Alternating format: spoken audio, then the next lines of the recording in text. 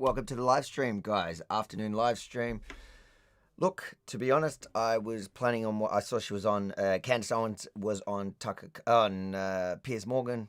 I was going to watch it alone, and then I realized why not just live stream it. And then I thought we may as well break down everything that's happening around Candace Owens at the moment. I know she has super fans who don't want to believe that she was totally wrong about everything in the last week and a half. And the last week and a half has really exposed what I think I've been saying for a while, that Candace Owens is driven since leaving Daily Wire. She's driven mostly by her hate for whatever she wants to call it on whichever live, whatever. Every day the code is different. So it's either Frankists, Zionists, Jews, whatever. But that's what's driving a lot of her predictions and her views and the way she sees everything. Like, she will not call out Islamic terrorism anymore because it doesn't suit her narrative. But you know, people that have been paying attention have noticed that for a while. It's escalated. She's become more and more unhinged. It's wild that she calls other people deranged, where she's become obsessed and deranged. But the last week and a half since Israel struck Iran, the first strikes on Iran, and every prediction since then has made it blatantly obvious that she is driven by that hate, but also that she's just wrong about everything, and her credibility has been shot because of that. Anyways, I'm not going to sit here and talk to you forever. I've just lined up a few things that I want to watch with you. I was going to watch the Piers Morgan. I haven't watched that yet, and I'm sure there's a lot there to unpack. But I want to start just with her, because I saw a little clip of it, but I just will watch it from her actual live stream, where she's talking about, I believe, people that are making content about her now being paid, which is funny to me, because when they said that about her and Tucker being paid by Qatar, it was a conspiracy theory, but apparently now, because a lot of people have noticed that Candace Owens is unhinged and directed by her hate and doesn't care about the facts or the truth. And after provenly getting it all wrong about Trump and the war in Iran, she couldn't just step up and apologize. She had to double down on her conspiracy, which just none of it is based on any reality or facts or anything like that. Anyways, let's watch what she says. I haven't watched this stuff, so I'll react to it with you guys. Okay. Let me know in the comments. I know a lot of people here are going to support Candace. Go for it. Let us know. The comments are on. We're only on YouTube, I think. But the comments are scrolling along the side. I'm not actually controlling them, so you can write whatever you want. Super chats, I'll read all super chats. Anyone that wants to support the stream, just super chat, and at natural breaks within the stream, I'll just read your super chats. Let's go for it. Now let's get into forbidden history. Everybody kind of knows why that historian Daryl Cooper went onto Tucker's show and just started delivering other facts about World War II. And suddenly the pro-Israel lobby, the people that we know are like radical pro-Israel, just freaked out. You would have thought, if you had just seen their response to it and didn't watch it, that he must have just been sitting down across from Tucker, like demanding that people reinstall Adolf Hitler from his grave. It was nuts. The response was crazy. And you watched it and you're like, what's wrong with this? And you realize that you're not allowed to poke anything about World War II or introduce any alternative facts. And so I should say, first of all, I love the leftist language, alternative facts. There's no alternative facts. There's facts. You can't have alternative facts. And the people that got upset or outraged about that interview that she's talking about was because he came onto Tucker's show, and Tucker, this big, top experienced journalist who went extremely hard on Ted Cruz about things like, do you even know the population of Iran? So then how dare you get involved in that conflict? Wouldn't just refuse to push back at things that were clearly historically false. Anyways, that's what people were angry about, not inserting alternative facts, which don't even make sense. But her leftism is coming out again. Remember, Candace comes from the far left. Then she came to the right and she went all the way back, like the shoehorn theory. She's back where she started, really. If you begin to look into history, will realize that it has always been an information war. That is one thing that, being in this sort of, I would say, mild study, I've definitely read a lot of books over the last couple of years as I try to play catch up with all the things that I didn't know. You will realize that it's always been a publisher's game. You got to control the newspapers. You got to control the textbooks that are being printed in the classroom so that you can control minds. That's it. It is an information war. Okay, so I found that to be, I'm not at all. You see, this is what she does. She grabs some truths and builds on it. That's how every good liar does it. It is true. We are in an information war, and traditionally it was. If you controlled the books, you controlled the narrative. But these days it doesn't work like that. Like, Candace Owens has a much larger platform than almost anyone in the world. And all the people spewing the nonsense that she's been, the kind of nonsense, whether it's regarding World War II, but also the Israel-Hamas conflict, even Israel-Iran. Israel-Iran was, because it played out so quickly, it exposed them all really quickly. But people now, the narrative is not controlled at all by the people that print the books. That's just a lie. Hold on, I'm just going to clear up some space on my computer here so that when this saves, it doesn't end up crashing the computer. So just bear with me. Anyways, let's keep watching. And to learn that now that we're moving towards this digital age, that somebody reached out to me, someone that I trust very much, and said, Candace, just want you to know, we're on opposite sides of this thing, but there's money behind this pro-Israel movement. Billionaires and Israeli billionaires reached out, asked so-and-so to make a video that is pro-Israel. And then an influencer reached out and said that people are being offered money to make anti-Candace and anti-Tucker videos, up to $1,000 for a micro-influencer. That's a lot of money. This person has got to have a lot of... I want to see the receipts. She makes these wild claims. No one has ever paid me to make a video. No one's paying me. I want to be crystal clear here. No one is paying me to react to her nonsense here. I'm doing it for absolute free. The idea that she thinks anyone is paying $1,000 to micro influencers to talk badly about Candace is delusional. And it's laughable that she can say it without anyone kind of questioning her. Why would someone pay $1,000 to a micro influencer to bag out Candace Owens when right now, this week especially, look at it, the internet, X, is full of people, even people that align themselves with Candace Owens, who are making fun of her because every prediction she made about this conflict has been completely wrong and driven by her hate for the Jews. No one's paying. You know what? If somebody is, give us receipts. I want to see a receipt of anyone who's been paid $1,000 to make content about Candace Owens. This is the same person that only recently was mocking the idea that she was getting paid by Qatar and Tucker, even though there was actual receipts of money going between Qatar and Tucker. She's denying that that's even possible. And it's just some crazy conspiracy theory. This is much more crazy. It is much more wild to think that micro influencers are getting paid $1,000 to get barely micro influencers, meaning they're not really getting any views, to get $1,000 to make fun of Candace Owens. Money, whoever's behind this. And so today we did something because we're so interested, is we put a bounty out, $10,000 for an influencer that got paid, a micro influencer. Don't care if you're micro. You email tips@CandaceOwens.com and show us the concrete email of who paid you to make a video about me and Tucker and to say that we must be funded by Qatar, because that's the disinformation campaign that's happening right now. And we'll give you $10K, no questions asked. I don't care if you already made the video. We will not ever reveal your name. You can go on and live your life. Okay? Promise that. But getting back to the... Oh, God. So she's basically said somebody told her a rumor. And this is the way she introduces the idea that people are not naturally looking at what I'm doing going, I'm off the rails. She's going, people are clearly being paid to do it. And by the way, we don't have any proof of it.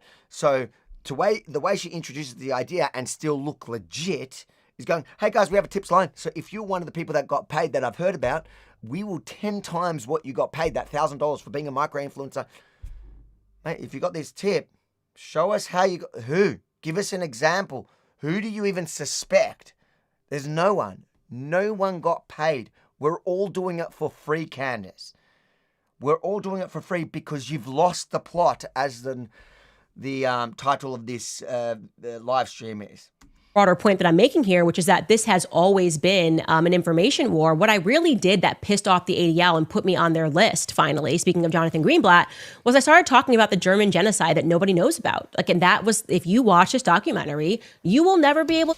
All right. Anyways, so she's. We're not going to watch this stuff. I want to see her appearance on Piers Morgan. So we'll just go and watch that. I just want to see her saying that people are getting paid, and I want to see how she framed it.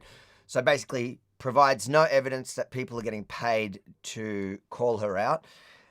And remember, this is somebody that's getting paid a lot of money just from YouTube ads alone to spew the nonsense, to garner the audience that hate the Jews. I know there's a bit of a war between her and Nick Fuentes, because Nick Fuentes, at least, he's brave enough to say the Jews, but she wants to keep her platform, so she'll call them Frankists, she'll call them Zionists, she'll call them everything else but Jews, and she'll go on about Judaism. But there is a massive market for it, and she's getting paid a lot, simply, even if Qatar isn't just paying her to push the narrative against Israel, she's getting paid from views. So it's, with these people, often the accusation is a confession, and she's made a lot more than $1,000 on this. Anyways, if somebody is paying money to make videos about Candace, go to follavi.com. I want to get paid. I want to make bank on this. So please chuck in some money. And I know it's hard because I'm doing it for free, but please help a fellow Jew out.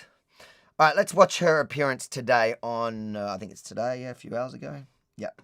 All right, let's. As news of the Iranian retaliation was breaking. Sorry in advance that you have to watch her and Piers. Welcome back to Uncensored. Thank you. It's good to be back, just in time for World War III. Well, yes. Well, before we get there, how is motherhood treating you? All right, just remember, this must have been filmed like a day or two ago, right before Trump's got the ceasefire. So yeah, in Candace Owens, who was going everywhere calling it World War III, and now that is as laughable as anything, because it was clear from the beginning to anyone who was, like she likes to say, paying attention, that this was nowhere near World War III. Nowhere near. No one was coming to back up Iran. Nothing was going to happen. Even when they wanted to close the Strait of Hormuz, China told them not to, so even their allies turned on them. Russia said they didn't want to muck around with Israel because they see that there's a big Russian population. I think there's 20% Russian. So in her opening, World War III, she thinks it's all funny, it's cute. That's her narrative that she's getting mocked for now. And here she is on Piers Morgan doing it again. But Piers Motherhood is treating me great. I'm exhausted, as is to be expected with the newborn, but always a blessing. Well, indeed it is, and I wish you all the very best with that. Okay, let's talk about impending World War III, as you put it. You are implacably opposed to what both Israel and now the United States have done here. Why? Yeah. Because, well, first and foremost, just on the MAGA movement level, Trump came out and he gave us a promise that we were not going to be involved in wars. Totally. I'll just read the super chats as they come in. Yes, Sam, absolutely agree. She won't reveal the name, but she expects everyone to believe her. And there are so many gullible people on the internet. There's a sense of sophistication. She's nowhere near as sophisticated as Tucker, and even Tucker has been unraveled by the level in which he went up against Trump about this, and the predictions he made, and the way they done live when in the reaction from Qatar, he made his staffer bring him the piece of paper and read and hold his chest, and it was all so emotional and sad when they threw 14 rockets that all got blown out of the air. One landed, bit of damage, nothing like what he predicted of thousands of American deaths. There is no name. In fact, the way she frames it, the sophistication of it is going, I've heard there's rumors people are getting paid. By the way, if you're one of the people who 10 times your pay come in, I guarantee you no real evidence of anyone is going to come forth. I hope there's somebody who kind of tricks her into getting paid the $10,000, kind of, sets up the emails between them. Maybe that's an idea. Guys, you're watching this, go and do it. Test her out, see if you can play a little game and make even make a video. I don't know. It would be good to see if somebody can set her up, because I don't even think she believes her own bullshit, but maybe she will. Maybe. Anyways, there's no names coming forward. No one's coming forward. She's offered $10,000. If somebody was willing to make videos to bag her for $1,000, micro-influencers, that's the claim. So people that don't have big platforms, if somebody was willing to do it for $1,000, they will definitely be willing to sell out whoever paid them for $10,000. Especially if she's saying she's going to keep it anonymous. She just wants the proof. I guarantee you she's not going to have anything real, or at least anything that is provable. Like, unless it's just somebody sending in emails going, yes, I was paid. Yes, I made videos, but nothing real. There's going to be nothing. I'm going back to 2015. Why did people get so excited about Donald Trump, who was then an unlikely candidate, who was being smeared by the media as being Adolf Hitler? Well, it was because he recognized that the American people were being forgotten while we were giving billions of unaccounted billions, by the way, for these never-ending wars. And so it's one of the earliest reasons that people got behind him and got behind his vision. And so we're opposed to a regime change because America as a country has a lot of problems that need to be fixed here first. It's that simple. Right, but it's not quite that simple. And I'll explain. And that's true. That's the thing. Like, these people that make these kinds of arguments, they grab onto elements of truth. And that's true. Like, not everything she says is completely false. Listen, I'm somebody that I've been on her show back in the old days. She's not somebody that you don't dismiss everything she says. The clever thing these liars, you know what, it's not even clever. The tactic many liars use is they'll take elements of truth and then bring them together and then use that as their straw man argument. Like, she'll use that as the basis for an argument to say that somebody is making some other argument or making some other point. But yeah, some things she says is true. Heck, you know what? Everyone says something's true these days. But Trump has actually, if you look at the two people, if you look at Candace Owens and you look at Donald Trump, only one of them have had a consistent message through all their campaigning from way before 2016. If you look at Trump, even on things like tariffs, on things like Iran not having nuclear weapons, on his friendship with Israel and his belief in the alliance and all that, if you look at the two of them, Trump has been consistent from far before he even got into politics. Candace, on the other hand, she started on the left, moved to the right, got elevated by the way, by all Jews, PragerU and then Daily Wire. And then I guess she got a bit butthurt when she had a little falling out with Ben Shapiro and, like a vindictive ex, devoted her life to going up against, what Ben Shapiro stands for, in a way that doesn't just go back to the left to where she come from. She's come back around, as we say in the horseshoe theory, right up until the point, and that's why she's at a point where who's she aligned with? She's actually aligning with, in a lot of these things. The only people on the right is like Thomas Massey, who's drafted that bill, which was going to be supported by AOC and like all these lefties, like people who are meant to be ideologically opposed, but they've just met at the top. Anyways. Why? Because Donald Trump, I think he's not been inconsistent in the sense that in his first term, he wasn't a pacifist. He killed General Soleimani. He killed Baghdadi, the head of ISIS, and went after them ferociously. He attacked Syria when they killed American troops. He dropped a massive bomb in Afghanistan. It wasn't like he never deployed the American military. And again, here, what he would argue, and has been arguing, is he's not declared war on anybody. What he's done is very specifically target Iran's nuclear capability because of Yeah, it is a scorned woman. And look, guys, I can see in the comments people saying she's right about you don't agree with her, but she's right about Netanyahu being corrupt. Yeah, maybe. Like,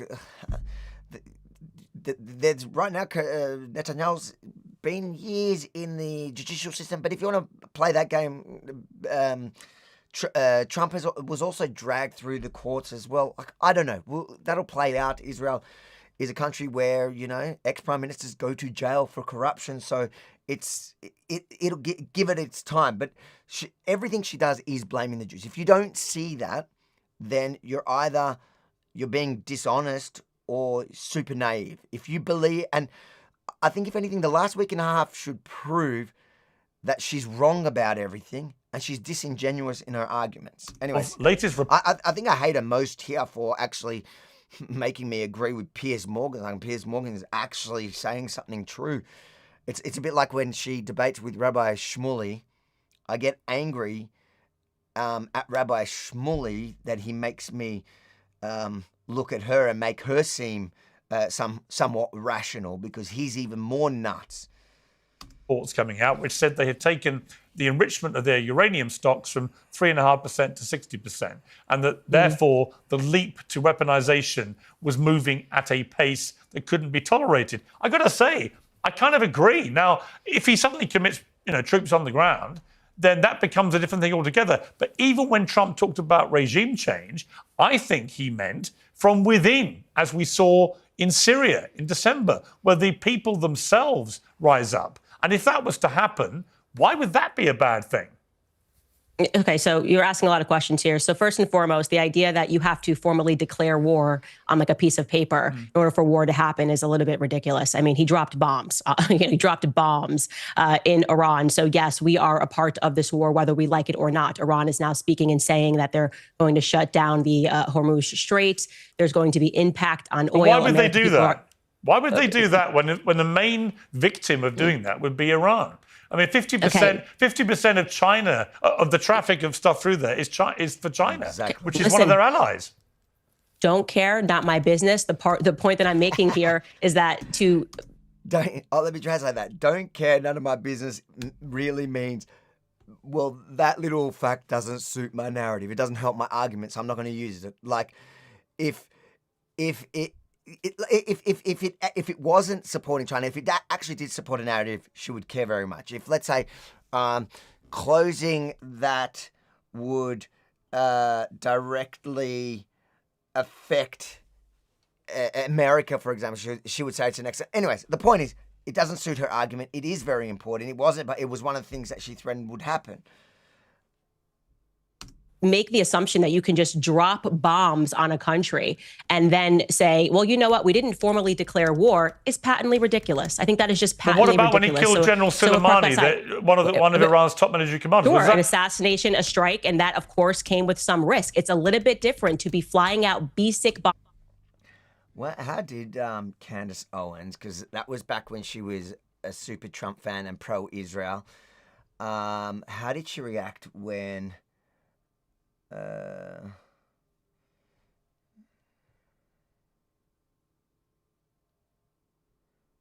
she was. It says here, ChatGPT says she was against that. Then, all right, we'll give her that. Let's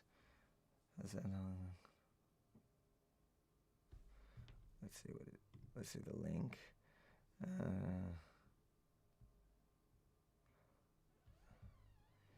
This is 20. This is now. No. I need to find her reactions back then, because back then she was a super fan. I remember when she was even anti all the COVID stuff, and then she finally got to interview Trump and she fangirled him instead of, she was all about the vaccines, and she had that one opportunity, and all her COVID kind of following that were anti-vax and all that were all super angry that she wouldn't challenge him on the one issue she would harp on about every day, because she was just like a super fan. Anyways, so back then she used to support everything Trump did. Bombers in the middle of the night and dropping bombs at the behest of Bibi Netanyahu, which brings me to the second point. The reason that America wants a regime change in Iran is because Bibi Netanyahu is demanding it. And that answers the question as to why there is this split in the MAGA movement. What we are seeing right now is the infiltration of Israel first people, the neocons, people who have always wanted never-ending wars, and the people who have recognized that following Israel's foreign policy initiatives has led to America being on the decline. And so that's where I stand. I am with the MAGA people who grew up, I call us like, Generation 9/11, who were told that America was going to be rendered safer, cleaner. All we had to do was agree to go to, well, ironically, war with Iraq because of weapons of mass destruction. It's all of the same rhetoric dating back to 9/11, all of the same tactics of trying to smear people who are against this war as supporting jihadists. It is not my business. It's well, actually, no. It's not the same rhetoric. I know they love pointing to Iraq. Iraq was they claimed there was weapons of mass destruction, which there wasn't. And by the way, at the time, Sharon was the Prime Minister of Israel, who actually warned against going into Iraq. But whatever. And what's his name? What was? Oh my God, who was the Iraqi thing? Who was the tyrant of Iraq during the Iraq War? Oh my God, I'm blank. Anyways, he wasn't. He was secular. He wasn't a jihadi. How did I go? How did I forget? Let me know. It's in the chats. Come on. What was the name of? Let's look it up. How have I forgotten? It's going to annoy me if I don't remember.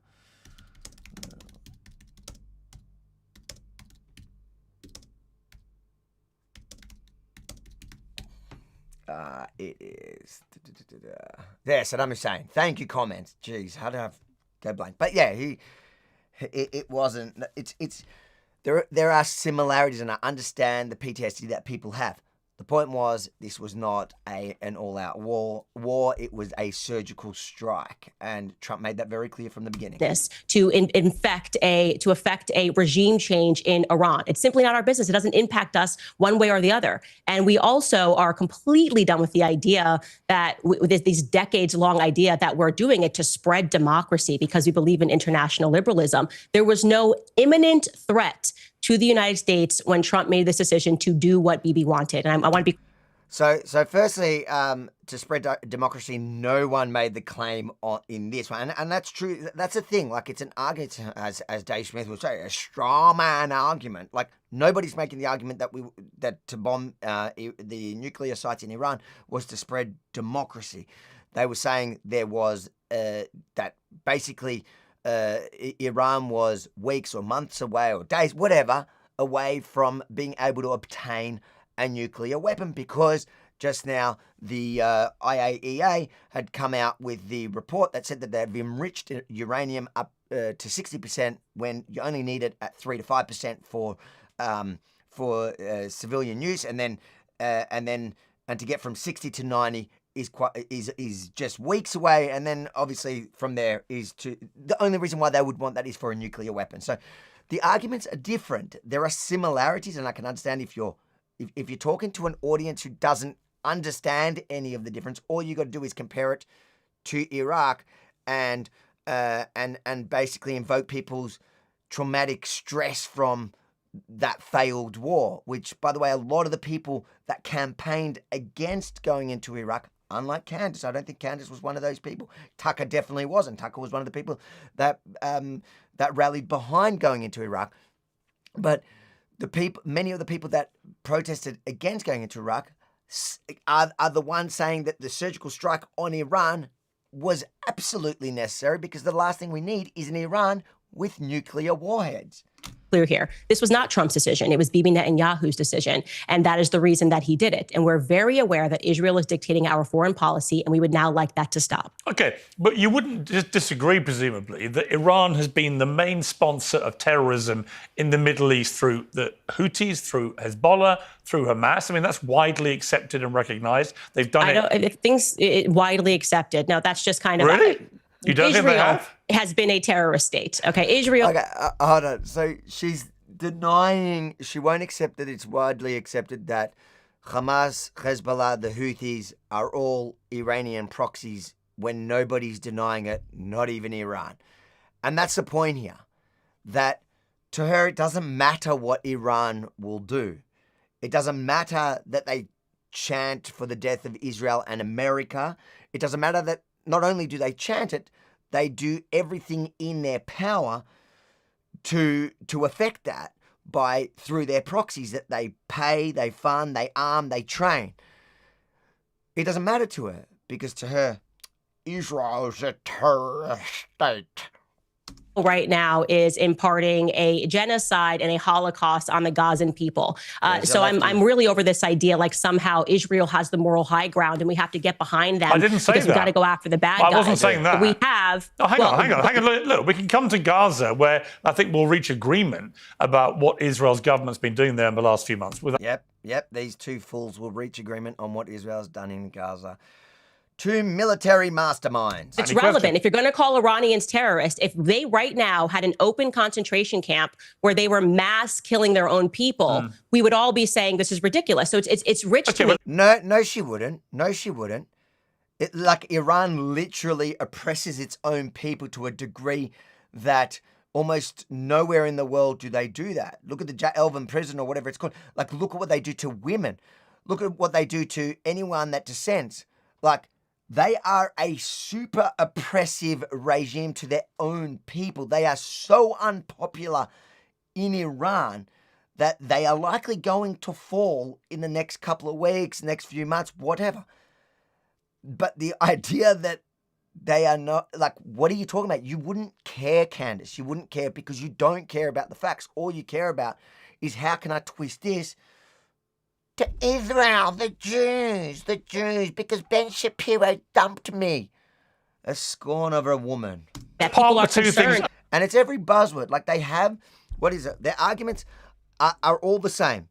Buzzwords, genocide, apartheid, war crimes, ethnic cleansing, all nonsense. Doesn't matter. You don't need to prove any of this. You don't need the facts. Do not let the facts get in the way of just repeating a lie. Yes, there is a lot of people repeating that lie.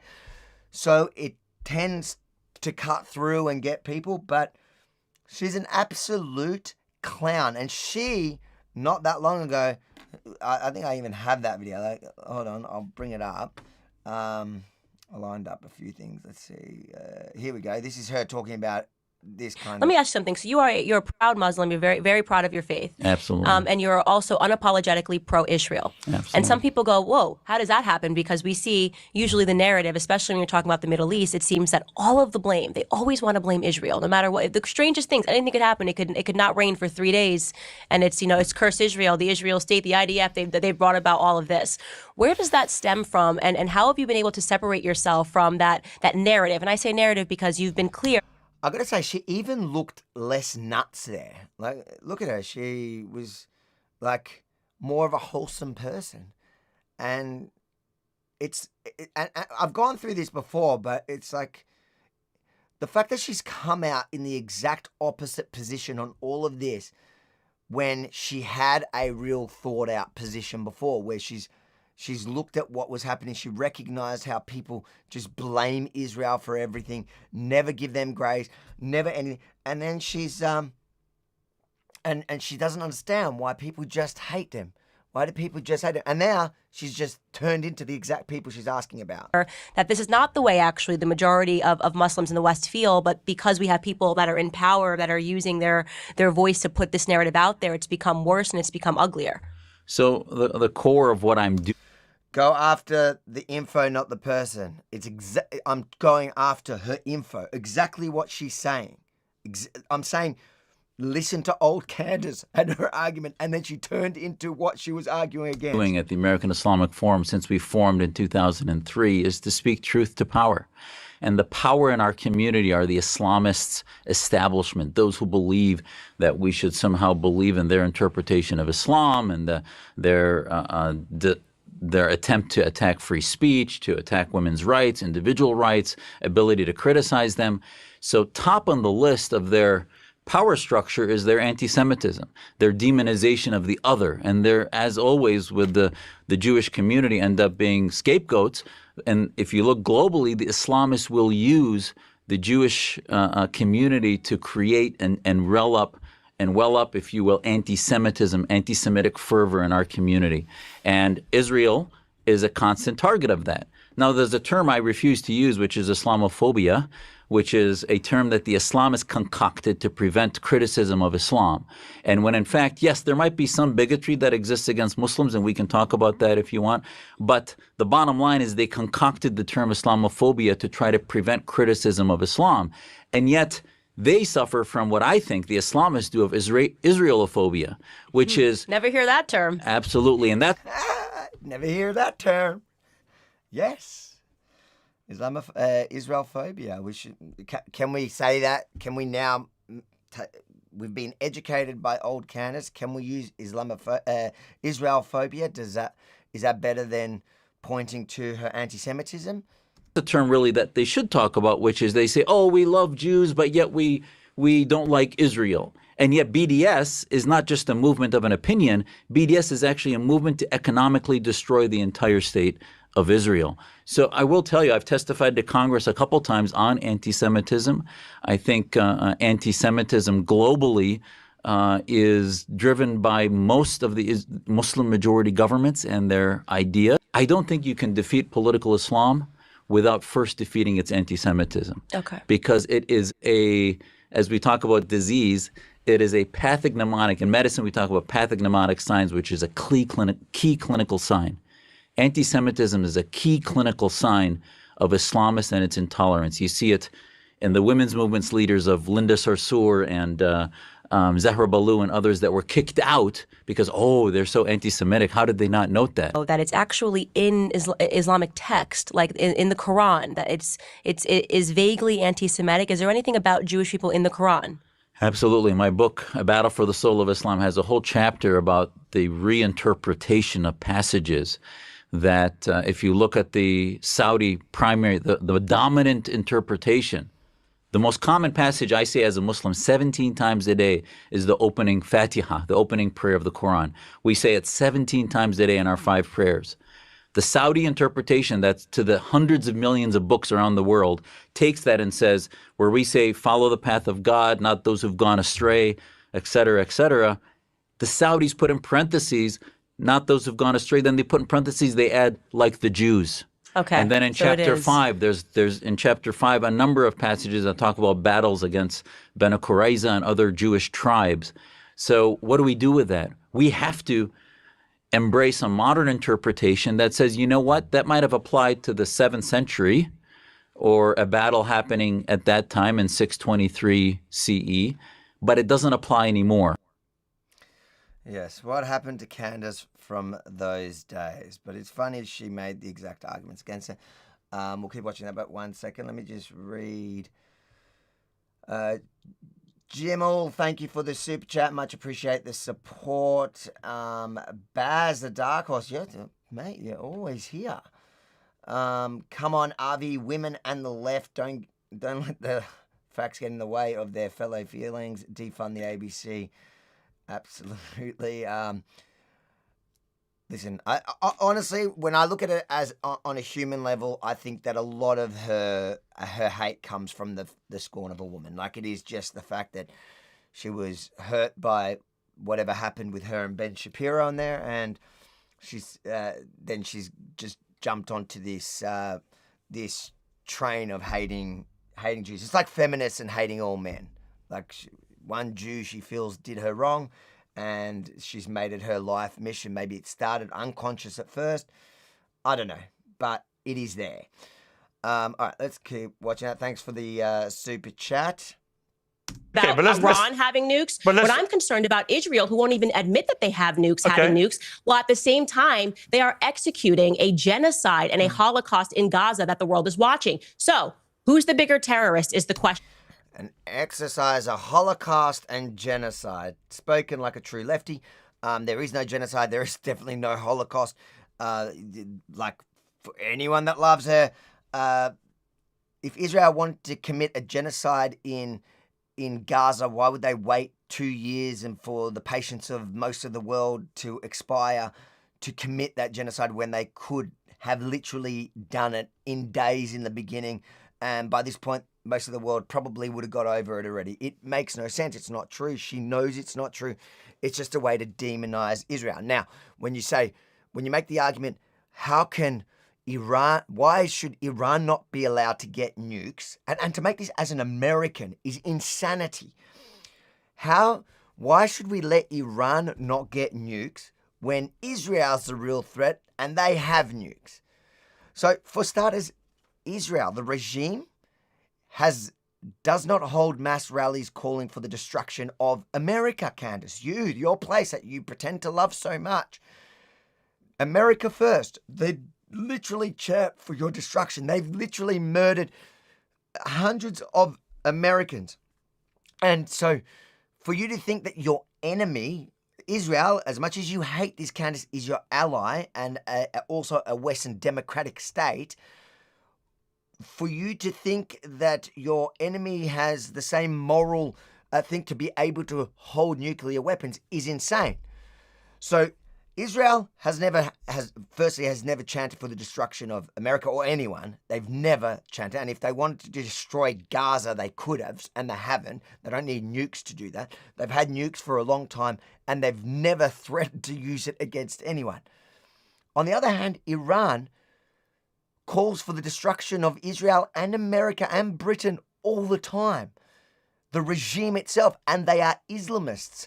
They are far more dangerous than, let's say, things like states like North Korea, because North Korea, yes, they should have never been able to obtain nukes, but at least they're not suicidal, whereas we know in Islamic terrorism, they think they get 72 virgins if they kill themselves while taking out the infidel. And guess who the infidel is? Candace Owens. It's you and me. As much as you suck up to them now, they hate you just as much as in fact, they call you, the Americans, the big Satan. So if you genuinely don't know the difference between allowing Iran to obtain nukes compared to being upset that Israel has nukes, you're either being dishonest or you're completely naive. But Candace is being dishonest because she knows, as you know, if you've ever watched her over those years, she knows very well why we can't let a country like Iran obtain nukes, and why Israel having nukes is not a threat to anything. In fact, Israel is just a deterrent from Islamist regimes, those who surrounded Israel, who all would love to see the destruction of Israel. That's their deterrence. Iran doesn't need that deterrence. Iran, if they just lay down their arms, nobody's invading them. Today, I would say as an American that if we're going to get behind a regime change, it should be in Israel first. So that is like the most insane thing to say. Yes, guess where you can have regime change? In fact, you have it in Israel in the last 7 years. You've had about 5 regime changes. It's called voting. It's a democracy, something you don't have in Iran. And look at that smug little face when she makes that argument that is so ludicrous and immature and dumb. Israel will vote for regime change, and very likely in the next election, Netanyahu's out. And unlike in Iran, when they vote him out, if they've broken the law, like many people go on about the corruption charges around Netanyahu is facing, he could end up in jail. And guess who put the last prime minister in jail was an Arab judge. That's that apartheid, genocidal, racist state that she goes on about with all her usual talking points. The talking points that used to be the ones that she would mock from the left. She's just taken them on. What does Baz say? Baz says, Candace, show me the doll where the man with the tiny hat touching you. It's like, I sincerely don't know if like the people in the comments here or whatever, like people, like I don't know if they don't see what's driving her hate, or are they just defending it? Because it's clear, like it was clear to me early on, but okay, I accept that I'm probably more sensitive to it because I recognize it.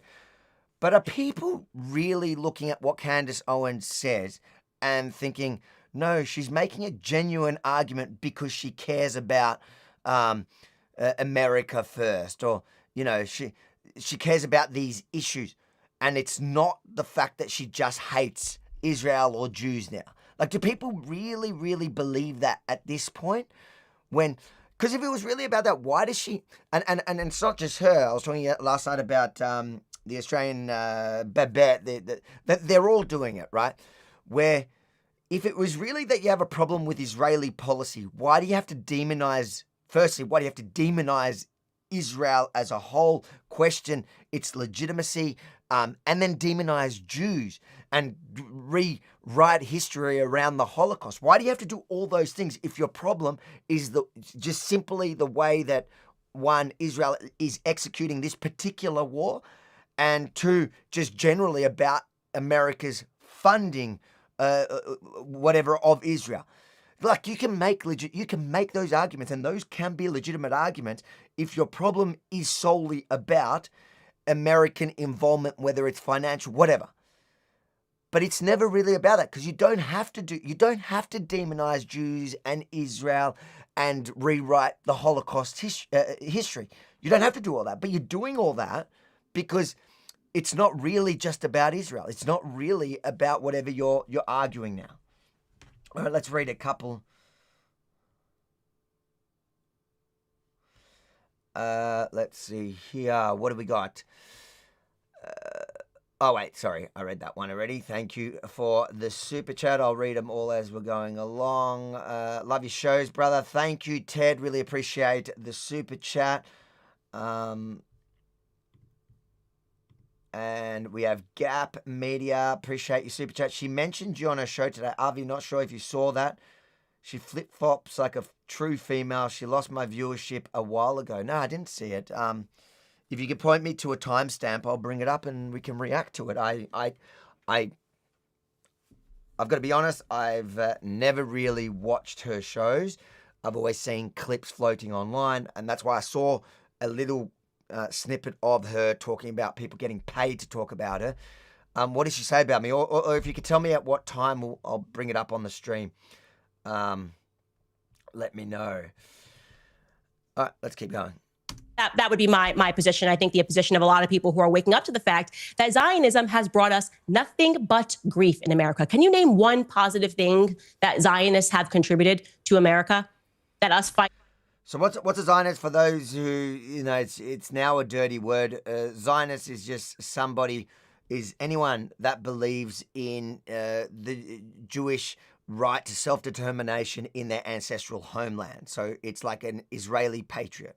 And if you're arguing that Zionists just are evil because they exist, well, you're just saying that Israel has no legitimate right to exist. You just don't think anyone should have that stance. And so just be honest about that. And I agree. That's what she thinks. These perpetual wars on behalf of Zionism has contributed to America. But can you also recognize that Israel, placed where it is as a tiny thumbprint in the middle of a region where you have massive countries full of a lot of people that want to wish them harm, and in the case of the terror groups like Hamas, Hezbollah, the Houthis, actually want to get rid of Israel and all Israelis altogether, can you accept that if you have a huge nation like Iran with 90 million people, and they are facilitating these terror groups to that purpose, that Iran has to defend itself? Now, I would not disagree with you about what has been going on in Gaza in the last few months. I've been very vocal in my criticism of that. Nor do I disagree, by the way, that it wouldn't help Israel if they did have regime change and Netanyahu wasn't prime minister anymore. So on those points, I think we have agreement. But I come back to the fact that the reason Trump has done this, I think, is that he has for a long time said Iran cannot have a nuclear bomb. I think he's absolutely right to believe that would be a pretty terrifying escalation of the power of a country that's been so wedded to terrorism in the region. And I think he took the action for that reason. So I don't really agree that he's only doing it because Bibi Netanyahu wants him to go along and do it. I think he's doing it because he believes it's in America's strategic interest that Iran does not have a nuclear weapon. I think what's interesting is, and I hate the fact that she makes me agree with Piers there, but the idea, and that's what she's kept saying. In fact, she tweeted it a bunch. I'll show you. I saw one and I brought it up here. Our foreign policy is dictated by Israel. Trump will continue to do as he is told by Netanyahu, and we are a colony of Israel. And the funny thing is, if the last couple of days have proven anything since she's gone on there and done that interview, is Bibi doesn't tell Trump what to do. No one tells Trump what to do. He tells Israel what to do. You think Israel wanted to stop winning the war in Iran? You think they wanted the ceasefire? Of course. Trust me, I can see Jews around the world, but also in Israel, that are not very happy with the fact that they were forced into a ceasefire. Absolutely, America gets to dictate and Trump gets to dictate the terms of what's going on. Israel, it's nonsense. If anything, Israel is a proxy of America, not the other way around. And this is part of where she's been, and that's why this tweet, it didn't age very well. It's true, it didn't age very well because everybody could see now that Trump's that Israel was literally on its way to bomb in retaliation for those probably, and I think Trump's probably right there. They were those missiles that were sent, the couple of missiles that were sent but never landed and were intercepted prior to hitting Israel. They were launched after the ceasefire. But I think Trump's probably right. I said that from the beginning, that with these ceasefires, especially when the communication, when Israel's been so effective in decimating the top brass of the military and their communication system, that probably whatever unit was out set to go fire those missiles, they probably just didn't get the memo. But Israel knocked them out of the sky. Then Trump got angry that Israel was sending planes. He literally called Netanyahu and said, do not drop those bombs. And Israel turned around and went home. If Israel controlled what was really going to happen, mate, Israel would still be fighting right now. Gap Media says she mentioned on her, oh no, again, I keep repeating. Let me know what timestamp. I really want to know. I'd love to bring that up. I'm not going to watch her whole show to find her talking about me. Or just let me know what she says. Jimmel says, thanks, Avi. Did Candace Owens date Ben Shapiro? No. Ben Shapiro is a religious Jew. He's married. No, they didn't date, but she, obviously, when she got dumped from Daily Wire and whatever, we don't know what also was happening in the back end there, but she's obviously very hurt by the treatment there from Ben Shapiro. So she's taking it out on all Jews. Jason Carlton says, thank you for the super chat, a purple mustache. I don't know what you're referring to. Am I missing something or a reference? Don't know, but appreciate the super chat. Oh, she mentioned you on a show today at 7:28 mark. Thank you for that super chat. Let's just go and watch that quickly so we can see where she did that. Give me 2 seconds. I will find it. Let's go Candace Owens. Today's show, which I'm assuming will be her live at, what did you say? 7:28 mark. Okay, let's go here. You will never be. I was looking at just. 7. I'm assuming it's this episode, but let's just see. Okay, let's watch from here. Interested in peace, and they make that very clear. So I'll give you 2 examples of people just nah, boo, boo. First off, Avi Yemeni. Oh, here we go. Is an Israel firster. He writes, mock every last one of them who sided against Trump out of blind hatred for Israel, screeching about World War III while he was preventing it. Never let them or the internet forget that they chose the wrong side of history. This is real MAGA guys, the people that fought Trump every second of the way. And now that war is brewing, they're very happy. What did she call me? What did she say? Hold on. Did she just say, I fought Trump. Hold on. He writes, mock every last one of them who sided Stand against by Trump it. out of blind hatred for Israel, screeching about World War III while he was preventing it. Never let them or the internet forget that they chose the wrong side of history. This is like, real MAGA guys, the people that fought Trump every second of the way. And now that war is brewing, they're very happy. Hold on. So now, because, she says, hold on. She says, I fought Trump. This girl lies about everything. I've been fully supportive of Trump the whole time. I'm not an Israel firster. I happen to also be Israeli, and I care about my Israeli family and my mum and my cousins and my sisters and my brothers and my nieces and my nephews and everyone that lives in Israel. I support their right to exist. Sorry, Candace. But her way to undermine me is to act like I undermined Trump. I was against Trump. I've always been for Trump. In fact, in the last election, she was going for Vivek Ramaswamy and whatever. She wasn't totally on board with Trump. I was actually, and I'm not even American. I was traveling America, essentially promoting Trump. Find me where I was anti-Trump. I've liked Trump. She's a liar, but that's the thing. She just says things as if they're fact. Thanks for. I don't suffer from like a need to be liked. I really just don't. I immediately just tweeted in the midst of all of these tweets that were calling out people who were anti-war and said this isn't a good idea to get involved with Israel again. Not anti-war.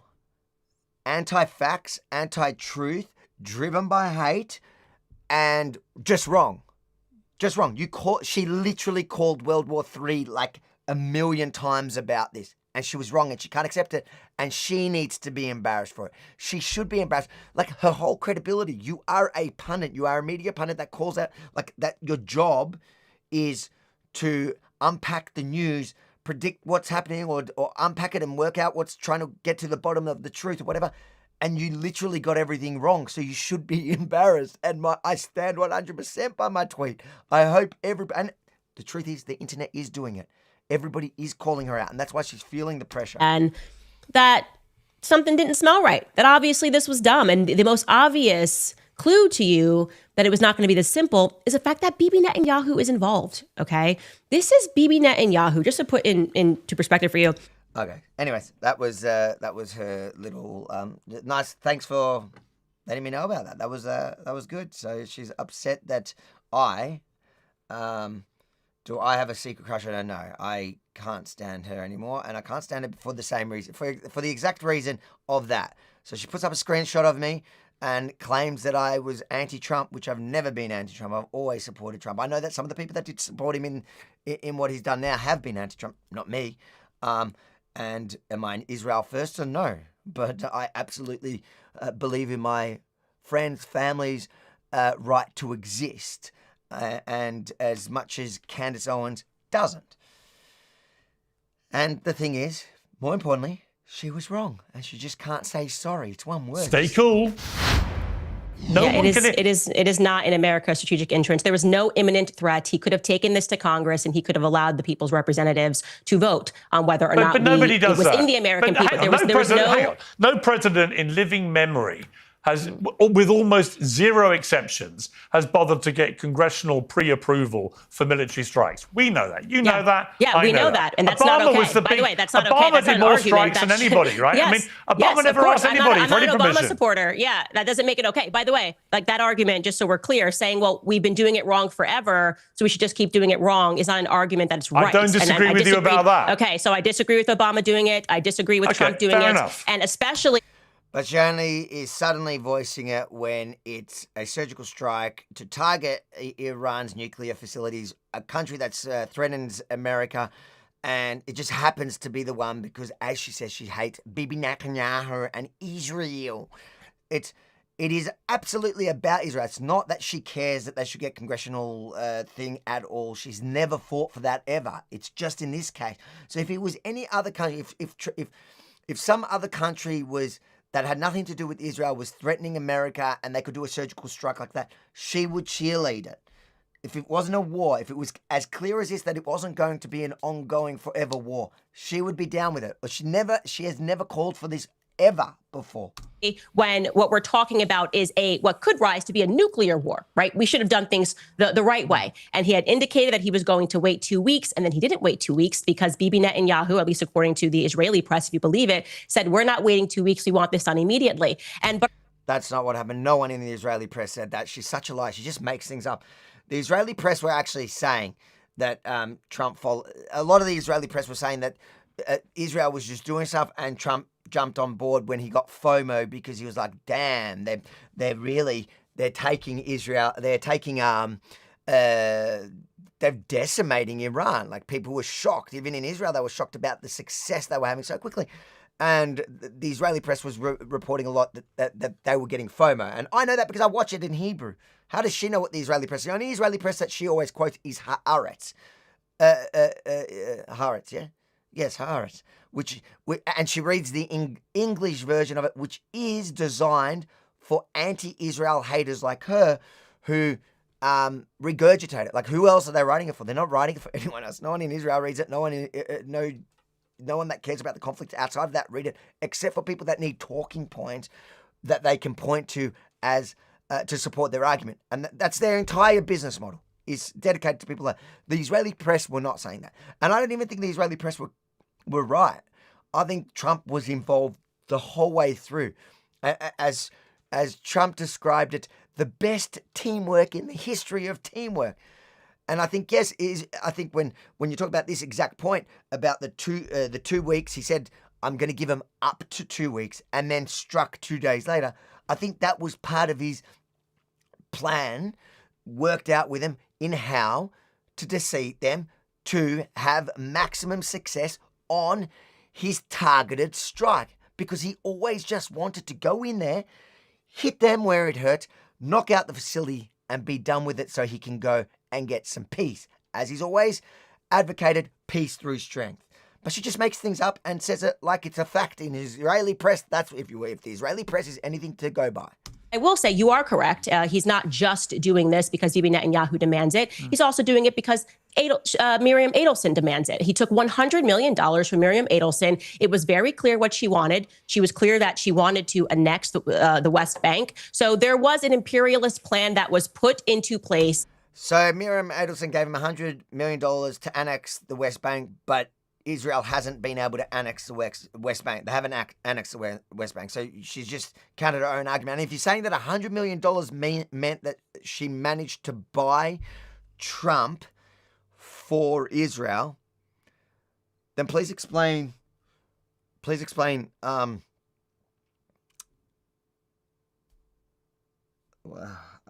Musk. God, I'm going crazy today. I'm forgetting everyone's names.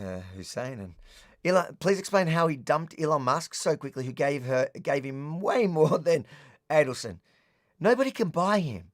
That's why he can probably accept a plane from Qatar, and it doesn't affect him. He's like, oh, thank you very much. Doesn't mean I'm going to do anything for you. That's the way he operates. I don't think he should have taken that plane from Qatar, just making that clear.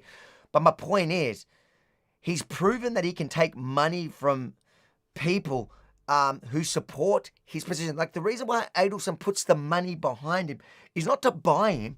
It's because Adelson believed in his message, and his message has clearly been the whole time consistently, unlike Candace Owens, has always been peace through strength, no forever wars, and Iran cannot obtain nuclear weapons.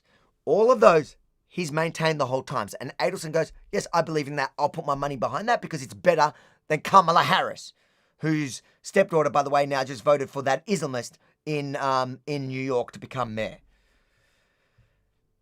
Let's see what we've got here. Jason says, sorry, nothing meant by the mustache, Avi. Only pick on it. Oh, okay. Thanks for the super chat for that clarification. Appreciate it. Ebony says, I used to be a Candace follower, but I knew she'd lost her mind. She'd lost it when she didn't call out Kanye for his disgusting behavior, but happily shreds other men for far less. Kanye's tweet kickstarted her career. And you're so right. And it's gotten worse than that now. Which is also just really dumb. She's pointing to Kanye, and we brought this up in the show last night. She's pointing to Kanye as an example how they've weaponized anti-Semitism to destroy people. And it's like, dude, are you saying what Kanye, like all these tweets about loving Hitler and Nazis and all that, you're saying that wasn't anti-Semitism? Like, you're denying anti-Semitism exists? Like, it exists. I hated it before October 7 when it was being weaponized by the ADL. The ADL hated me. So I'm not somebody that thinks that you should just throw that label at anyone. But, you know, when a spade's a spade, you can call it a spade. Just because a heap of people were calling everyone a name doesn't mean that when there is actually a person that they don't exist. And so she's using Kanye as some sort of event. She's using Dave. Like she's become a joke. And I get a lot of people that say that to me. I've got a lot of friends. I'm somebody that like enjoyed watching the little clips that came out of her from the old days when she was anti-woke. But she's become everything she used to advocate against on so many levels.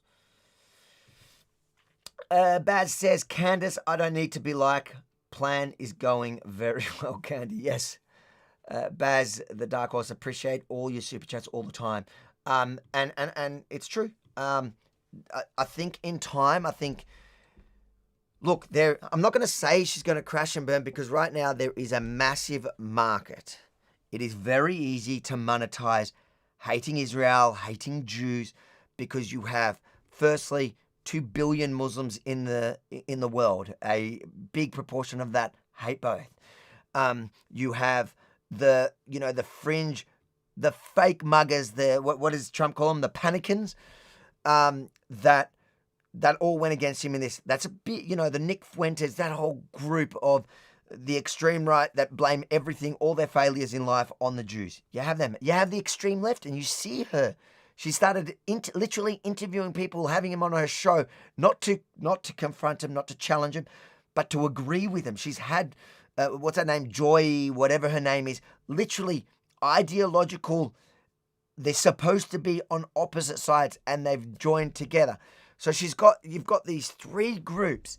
So there's always going to be a massive market for it. So is she going to crash and burn? Probably not. But is she being taken seriously by people in power anymore? No. You got to remember, like, Candace Owens used to be, in the inner circle. She was invited to the White House. She interviewed Trump at the end of his last administration.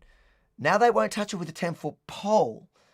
And that became evident when, even in the campaign, when there was one event that was supposed to be hosted with Candace Owens for, I think it was Turning Point with Donald Trump Jr., and at the end, she was taken off the list of guests and she just made up some excuse. But she's never been involved in anything to do with where Trump's at, anything that could affect him, ever since since she left Daily Wire. And it's because of her rhetoric, and it's because people saw the writing on the wall. As soon as she left, it became clearer and clearer, and she was escalating, and she was going, she's got to a point where she's got Ian Carroll, who's literally been proven wrong a million times, and again is driven by his hate for Jews. The whole RFK Jr. thing that he ran hating on RFK Jr., which got proven completely false, debunked. That guy is where she's landed. That's her close friendship circle now. And Dave Smith, who's not conservative at all. He identifies as a libertarian that was calling for Trump to be impeached in the last administration, and now is calling for Trump to be impeached again for his amazingly successful diplomatic strike it was literally a diplomatic strike on Iran, because at the end of the day, look at how it played out. These people all promised us World War III. Poor Avi being used by the head Jew. I love you people that think it's some sort of, like, I'm a proud Jew. If that offends you, I don't know why you're even on my stream.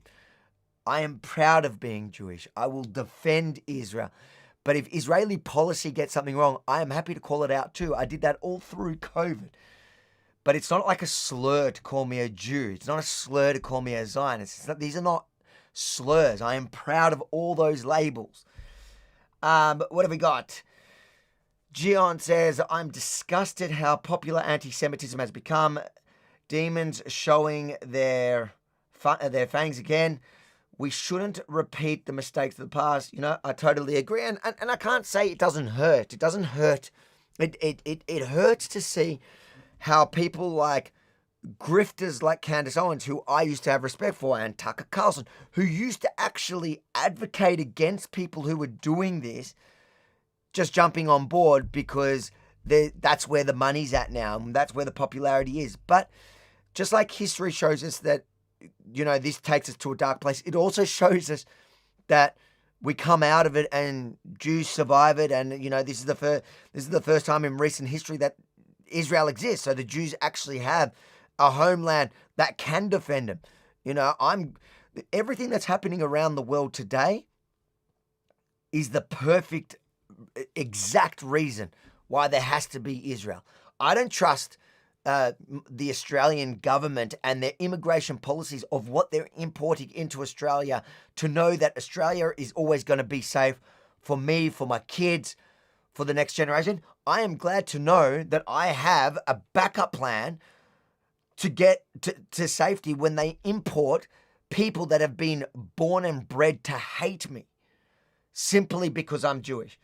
And, you know, they're probably all going to wake up when it's too late, but thank God for Israel. Anyways, let's keep watching this clip. And unfortunately, when you do a deal with the devil, you're going to have to eventually deliver the pound of flesh. And that is what Trump is doing, in my opinion. And more evidence of that is the fact when he tweeted that there could be a Trump hotel in Gaza. I mean, that was truly, in my opinion.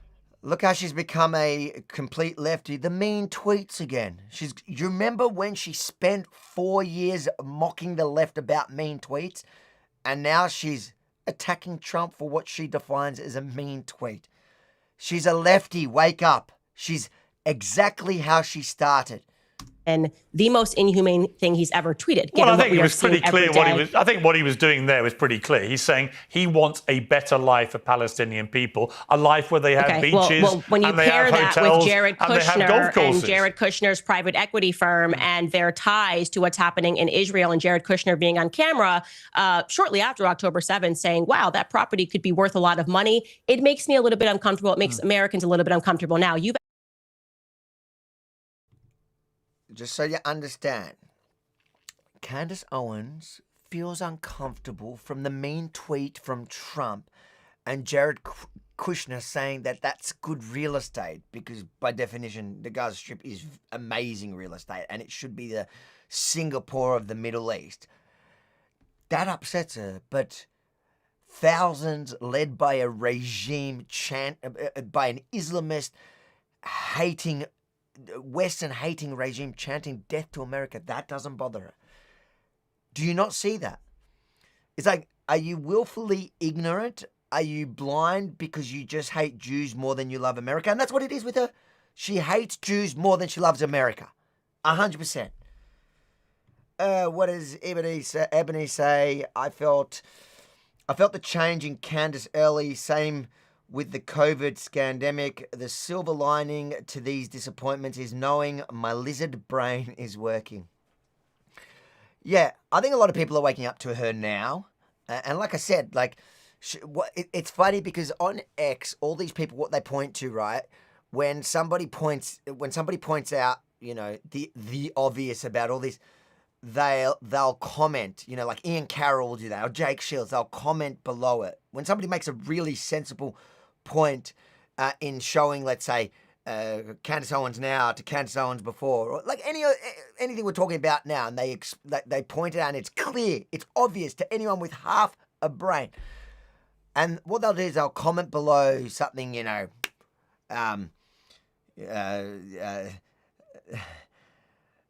something sassy and, you know, anti-Jewish, and they'll ratio the first person that says it, and they'll go, and then they'll screenshot it and share. They'll go, ratio them again. The people are with us. It's like, dude, it's super popular to hate Jews right now. We know. Trust me, I know. It would be much easier for me if I turned against Israel, turned against Jews. But guess what? I love myself. I love my existence. I love my family. I love my heritage. I love my culture. I'm Yisrael Chai. I will never change. I don't care. I don't get, does it hurt that people have turned on us? Yeah, fine. I can't lie and say it doesn't hurt that people I once respected have turned out to be, disgusting, vile traitors to everything that they've ever stood for. But the fact that you've got a mob behind you doesn't mean you're right. It just means your audience captured. And that's exactly what they do.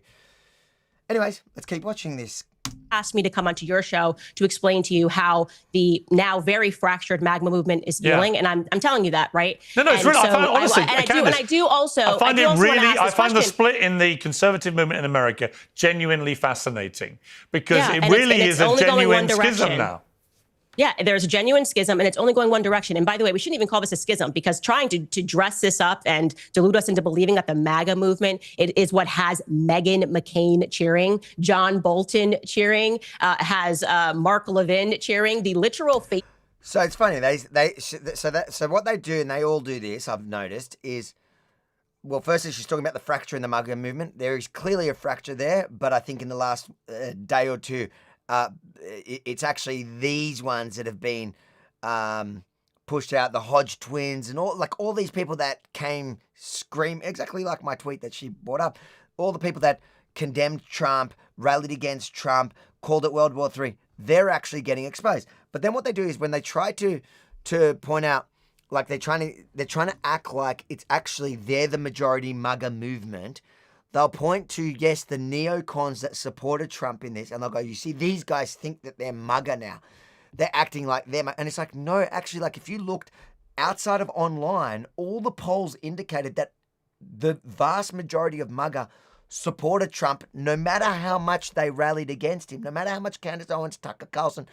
Tucker Carlson went crawling back begging forgiveness from Trump.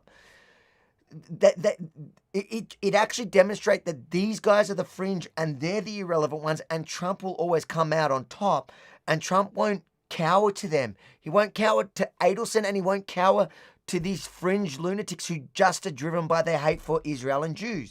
Pieces of the Never Trump movement are saying this is real MAGA. Yeah, we're not going to be that delusional. But you're on the same side as Alexandra Ocasio-Cortez. How do you feel about that? You're asking about the MAGA movement. The MAGA movement has always... No, she won't answer that. She will deflect, because that's the point. We are asking about the MAGA movement because you're not it anymore, because you're not the MAGA movement. You're actually the far left. That's and like sometimes Piers gets to a good point, but he just doesn't hold him to account. He doesn't hold her because he does like having her on. He has her on a lot, and he likes the clicks she gives him. But that's true.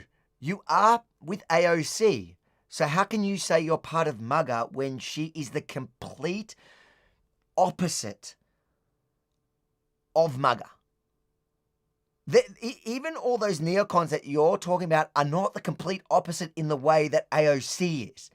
And you're with AOC. Why not answer that? Been a movement that explicitly did not want to keep involving our sons and daughters in the Middle East. So we have not changed that position. If AOC was always anti-war, then she should have thrown on a red hat in 2020 and in 2015. No one at any point in this discussion was talking about boots on the ground. Trump was always vehemently against it. It is a straw man argument. She makes it up. It's just about Israel. It has always been about Israel and Jews. Depends who you ask. And that's why she's exactly the same as AOC. She makes up that these people are, maybe some of the neocons are talking about, but I have not seen anyone saying boots on the ground, not even the neocons. But she's just making up an argument and saying that that's what it's about. No, mate, you are AOC. You are the same as AOC. You've got the identity politics of AOC. You agree with her on so many things now. You've committed your life to supporting the same things she's committed her whole life to campaigning for. And joined the MAGA movement. That would have been fantastic. But are you saying America should never Candace, use any military action? You're on the same side as Greta Thunberg when it comes to the Palestinians right, being but are you saying, murdered Candace, every day. are you yeah, saying... I am. I'm aligned. Yes, you are. You're aligned to Greta Thunberg and AOC on the one issue that all three of you are devoting all your time and attention. Yes. And that's the point here. You're the woke right. You're not the MAGA movement. Trump is MAGA. You're not Trump. You don't align with him. You don't align with his core principles on these matters, which is peace through strength. Nukes. Iran cannot have nukes. Israel is the ally. Okay, but are you saying that America should never use any military action then?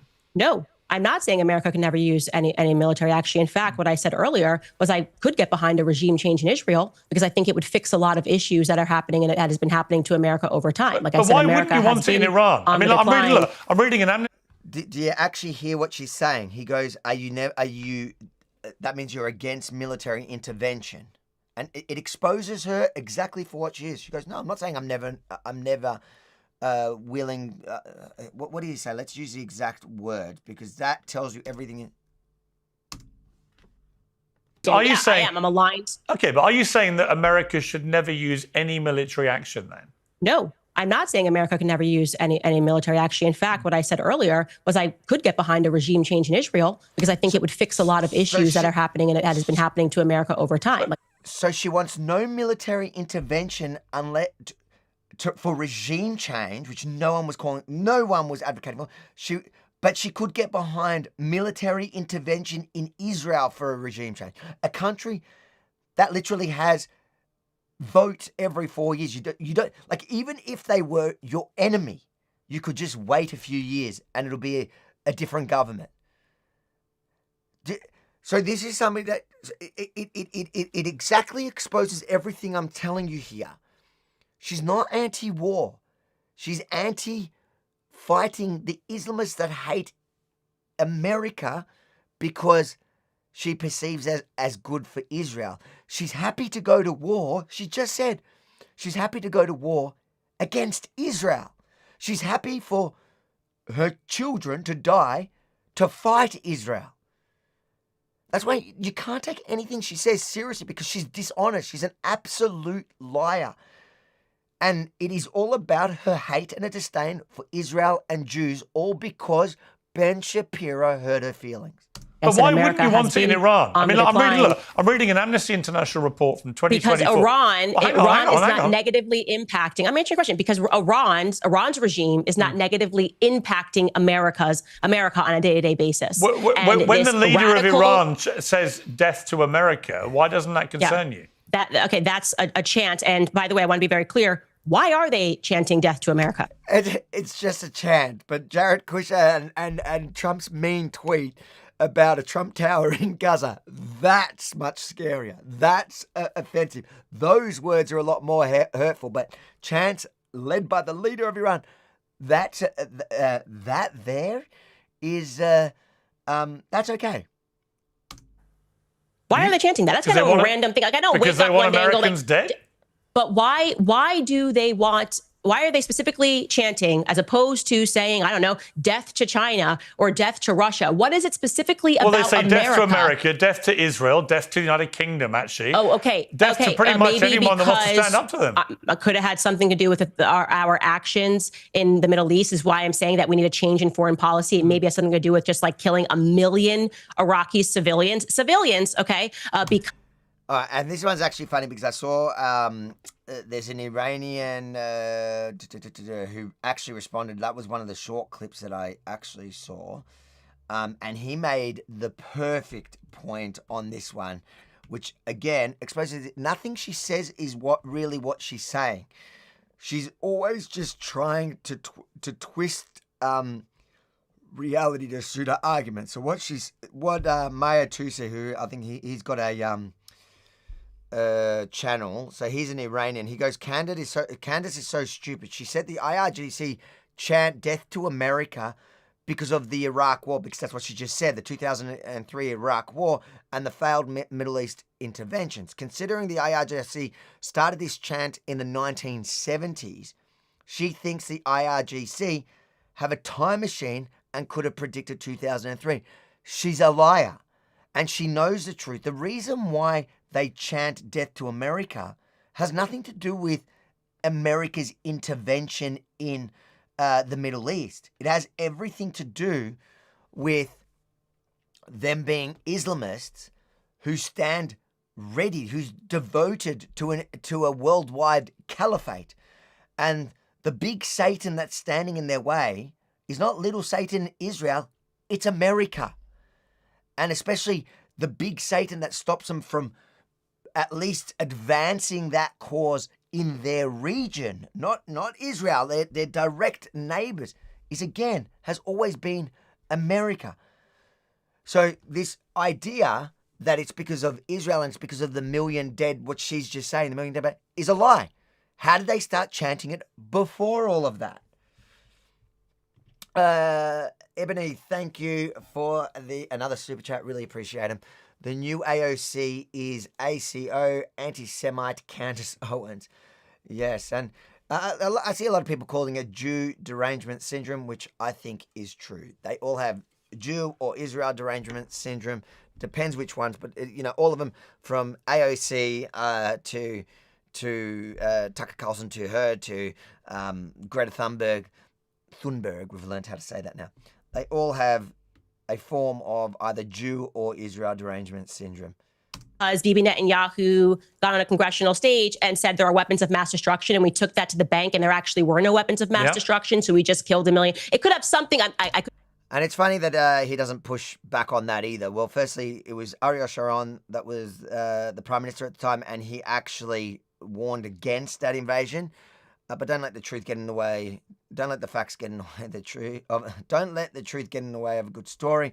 And on top of that is it's all those intelligence agencies, from the American intelligence agencies, the British. They all lied to everyone about that. And again, no one's denied. The thing is, in that war, it turned out to be based on lies from all the intelligence agencies. But here, there's no lie here. The international body responsible for monitoring this stuff have given a report of 60% uranium enrichment, which Iran is not denying, which can only be for one purpose, to develop a nuclear weapon, and makes it weeks away from being able to enrich it to the 90% that they need. So it's not the same situation at all, because we actually have the proof this time. The fact that America and the Allies got it so wrong in 2003 doesn't mean that forever they're going to get everything wrong. It's an excuse for her. As Dave Smith, the fake Jew, the guy who uses the Jew card because apparently he has a grandparent who's Jewish, to shield him from any criticism. But then when you bring it up, says it's irrelevant. As he always says, that is a straw man argument. Be crazy. It could have something to do with our actions in the Middle East. The fact that we have 2,000 troops stationed in Syria right now under the guise of saying that we're fighting ISIS, while at the same time we know that Bibi Netanyahu funded the al-Qaeda adjacent front because he wanted to overthrow Syria, and they again expand their borders, immediately take on territory, and sell us absolute nonsense. We're talking about funding Hamas. Bibi Netanyahu funded Hamas. There is footage of Bibi Netanyahu saying this stuff on camera. So it's just so ridiculous to me to pretend. Another lie. Israel never funded Hamas. It's a talking point. These are all part of their talking points that they regurgitate, and if they say it enough, people believe it. Israel never funded Hamas.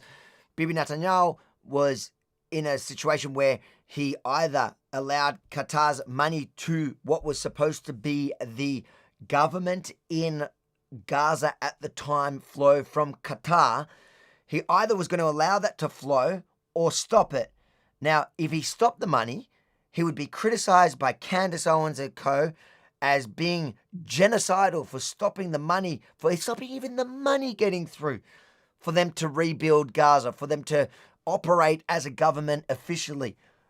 But it wasn't because it wasn't him allowing them to transfer the money. It wasn't Israel. It wasn't him funding Hamas so that they could set up a vast terrorist network. No. But don't let the truth, again, get in the way. and that they're in some predicament, that they may be eradicated soon, which is why they have to keep funding all of these terrorist groups and then pretending that they're victims of terror, when in fact they are the people that are imparting it worldwide. I just think that, like I said, Generation 9/11 has grown up, and I think that our eyes are very clear here, and we recognize that our relationship with Israel has become increasingly problematic, and it always was problematic. So I'll again ask the questions, Piers. I'm asking you because we're having a conversation. Yeah. Name something positive that our Zionist AIPAC foreign policy has brought to America. Well, I think the positive side of, if you want an answer about that, is that America has been Israel's steadfast ally because it recognizes as a country that Israel has been under an almost unique, multifaceted threat on its border for a very long time from people that want to destroy it. Well, there's a long list of things that Israel has brought to America. Let me ask you the same question, Candace. What has Iran given America that you have fighting so hard, or Qatar? What have these countries done for America that you're willing to allow them to? You're willing to allow Iran to get a nuke? What is it? Is it the chance of death to America? You think that's what they've given? But forget about all the military and intelligence stuff that Israel supplies as a close ally to America. Also, just the high tech, the inventions, the innovations.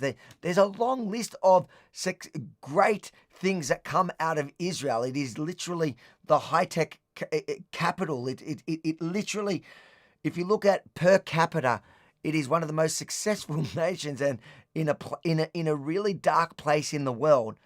That gives a lot to America, and that is a close friend of it. Like, I get it. Candace Owens has never had a loyal, close friend, and so she may not understand what it means to be a good friend. And it means when your good friend's in trouble, like, we come to back you up. And there are many things that we wouldn't know publicly that in which Israel supplies the American, for example, in the intelligence community. And Israel is at the cutting edge of that. Just look at how they executed this last war within Iran, what they managed to do, or look at what they did in Lebanon to Hezbollah, how many terrorist attacks they foiled against Americans.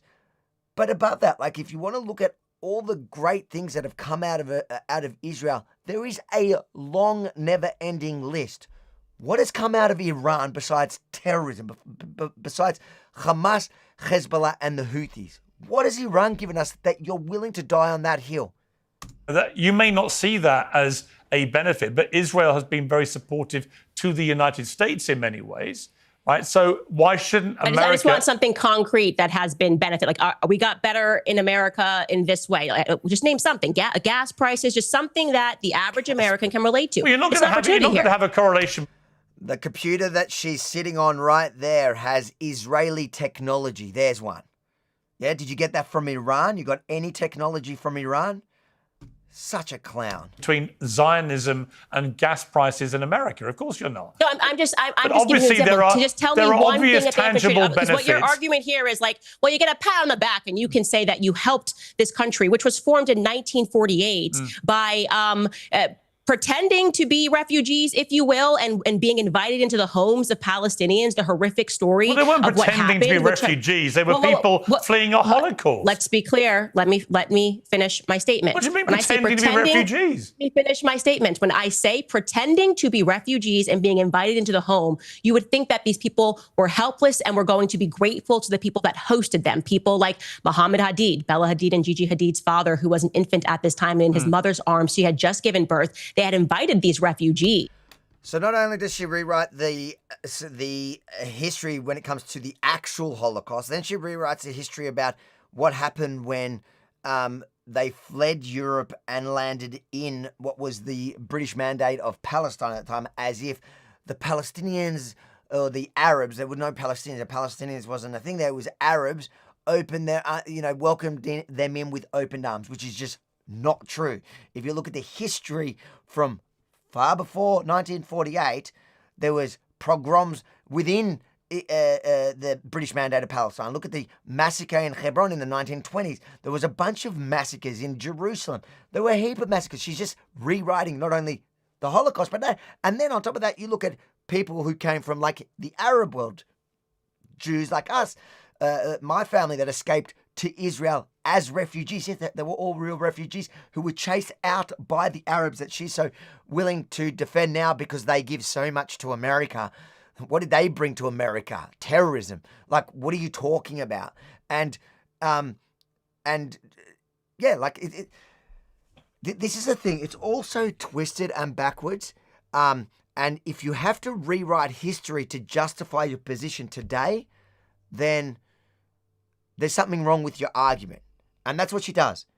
She knows what she's doing. She knows she's rewriting history, both about the Holocaust and about what happened when refugees, like calling them fake refugees landed in the British Mandate of Palestine, both prior to 1948, plus after 1948, where my family were real refugees to Israel because they were chased out by her heroes.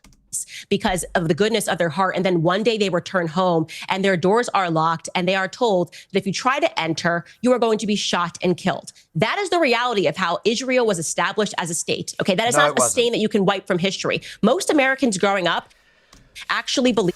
Firstly, no, that's not true. That is a complete rewriting of the history. But also, if you want to apply that, it's a lefty argument she's making. She's making the exact same argument that the left, her friends AOC and Greta Thunberg, make about America, make about Australia, make about all the colonies.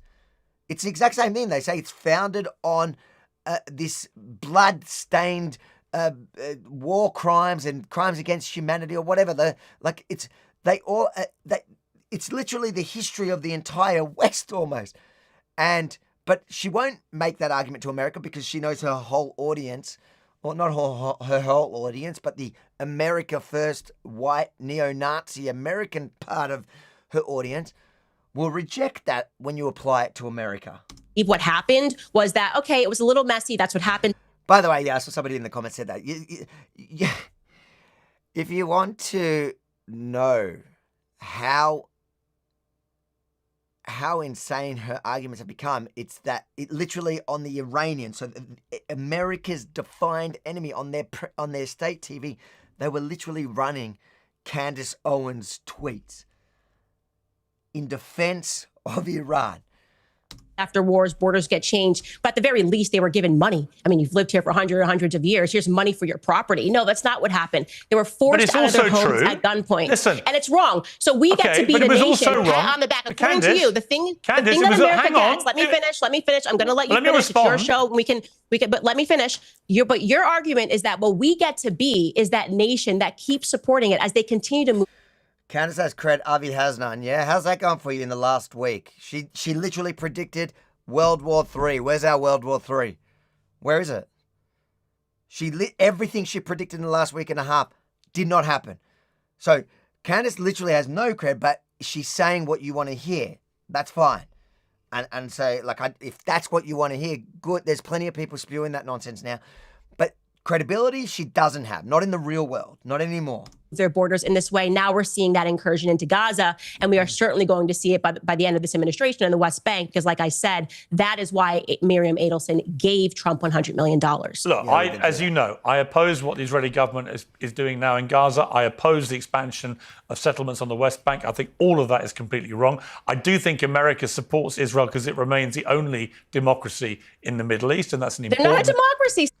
Surprised Piers is still saying that. He's been shifting more. But, wait 2 days and he'll be condemning Israel. Piers is about as bad as British weather. Just wait 5 minutes if you don't like it. Stop saying that, Piers. You know better. Well, they have elections. It's not a democracy. They have elections. But who gets to vote in those elections? Do the Gazans get to vote in that election? Well, the Israelis get to vote in Israel, obviously. Okay, so you're basically saying America had a democracy, we had Israel laws that said Black Americans. Hang on. That's a complete lie. Okay, so Israel proper, for those of you who don't know. So Gaza is not in Israel. Gaza they voted for their own government in the Gaza Strip. Israel proper, yeah, so minus the West Bank, minus Gaza. Okay, Gaza is its own autonomous, it should have been, like I said, the Singapore of the Middle East when it was given to the Palestinians in 2005. In Israel proper, everybody has an equal vote. There's 20%. 20% of the population is Arab. There are Arab Knesset members, parliament members. There are Arab judges. There are Arabs like I mentioned before, an Arab put away an Israeli prime minister. So the idea that there is no democracy in Israel is nonsense. It's, again, a talking point of the far left, that it's some sort of apartheid state, like they had one rule for Arabs and one rule for Jews. It's not true. My officer in the army was an Arab. This is also the same person here. This is the same person. You want me to take her seriously? I found here, this video. Look, this is how much she knows about Israel and about the apartheid or the discrimination in Israel. So when I'm walking through Jerusalem and they say these are the Muslim quarters, this is where the Muslims are allowed to live, that doesn't feel like a bastion of freedom to me. So I guess... Oh, I don't think it's where they're allowed to live in Jerusalem. I think it's that there's an Armenian quarter. It's not... So this was the beginning of her downfall at the end of her Daily Wire stuff, when she started having, obviously in the back end, her fights with Ben Shapiro. And so the argument that she made here, which is the dumbest thing you could literally say, the dumbest argument you can make. She said that, what was it? Israel is hardly a bastion of freedom when they have a Muslim quarter in Jerusalem. A Muslim quarter in Jerusalem is like Chinatown in Melbourne. The Muslim quarter, there's an Armenian quarter, there's a Christian quarter, there's a Jewish quarter. It's not places where you can live. It's just divided the sections because that's where they populated, and it became naturally like that. The Armenians can only live here.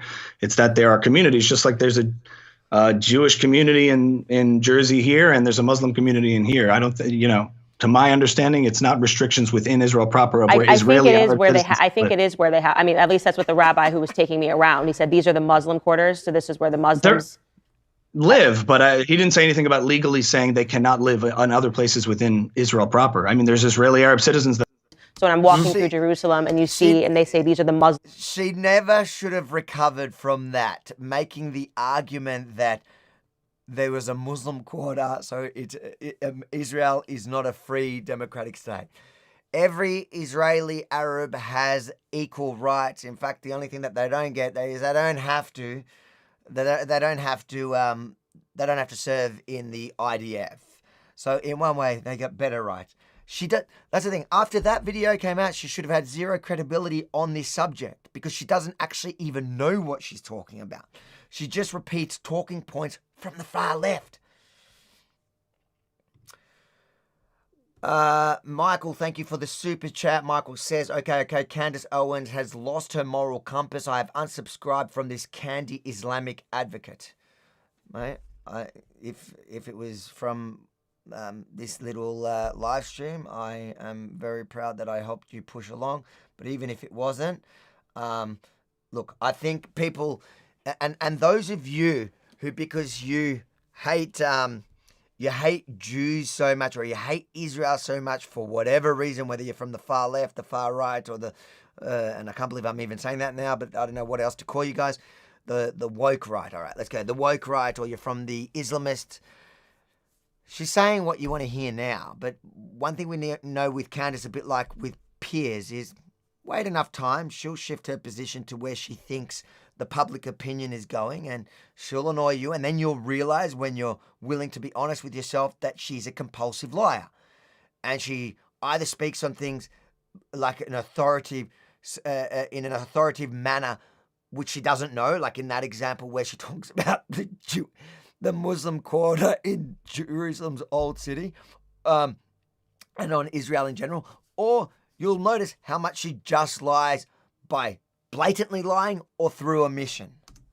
But Black Americans Israel couldn't moved vote. out. It is indisputable that Israel moved out of Gaza in 2005, and there was an election, and Hamas got elected. Right now, yeah, I and agree. That's because I agree with you. But Bibi Netanyahu was on camera saying that they were going to fund Hamas into power. So they orchestrated that because they wanted to create the solution. I'm finished. I agree with you that Netanyahu wanted to cause a split between the Palestinian Authority and Hamas. It was divide and rule. It was a catastrophically bad strategy, and it led to what happened on October the 7th over a 20-year period. There's no doubt it was a terrible thing that Netanyahu. So, listen, there is some truth to this particular argument. There was, and I think once the investigations properly start after the war is completed, in how much the divide and conquer plan of Netanyahu actually landed us at October 7th, like that will come out. But there is some truth to the Netanyahu's plan to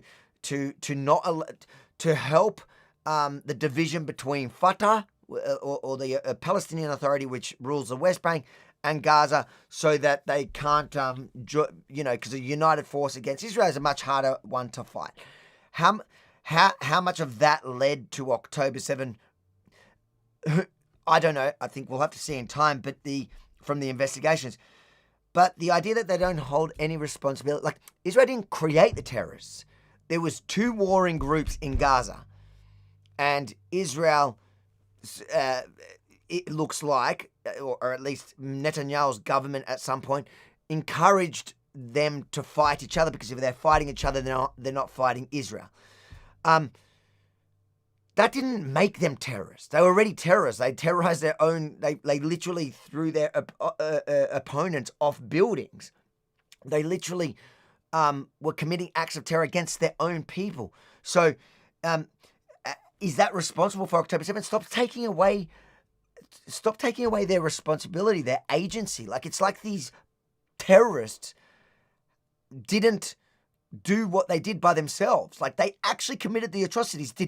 Was there a divide and conquer policy that may have helped them secure power or more power, whatever? Maybe, but it doesn't absolve them of their crimes. The Real Conspiracy by Tom. Tom says, thank you for the super chat, Tom. The Real Conspiracy, a lot of woke right figures are Catholic. Owens, Pozo, Bannon, even Welsh heading there. Protestant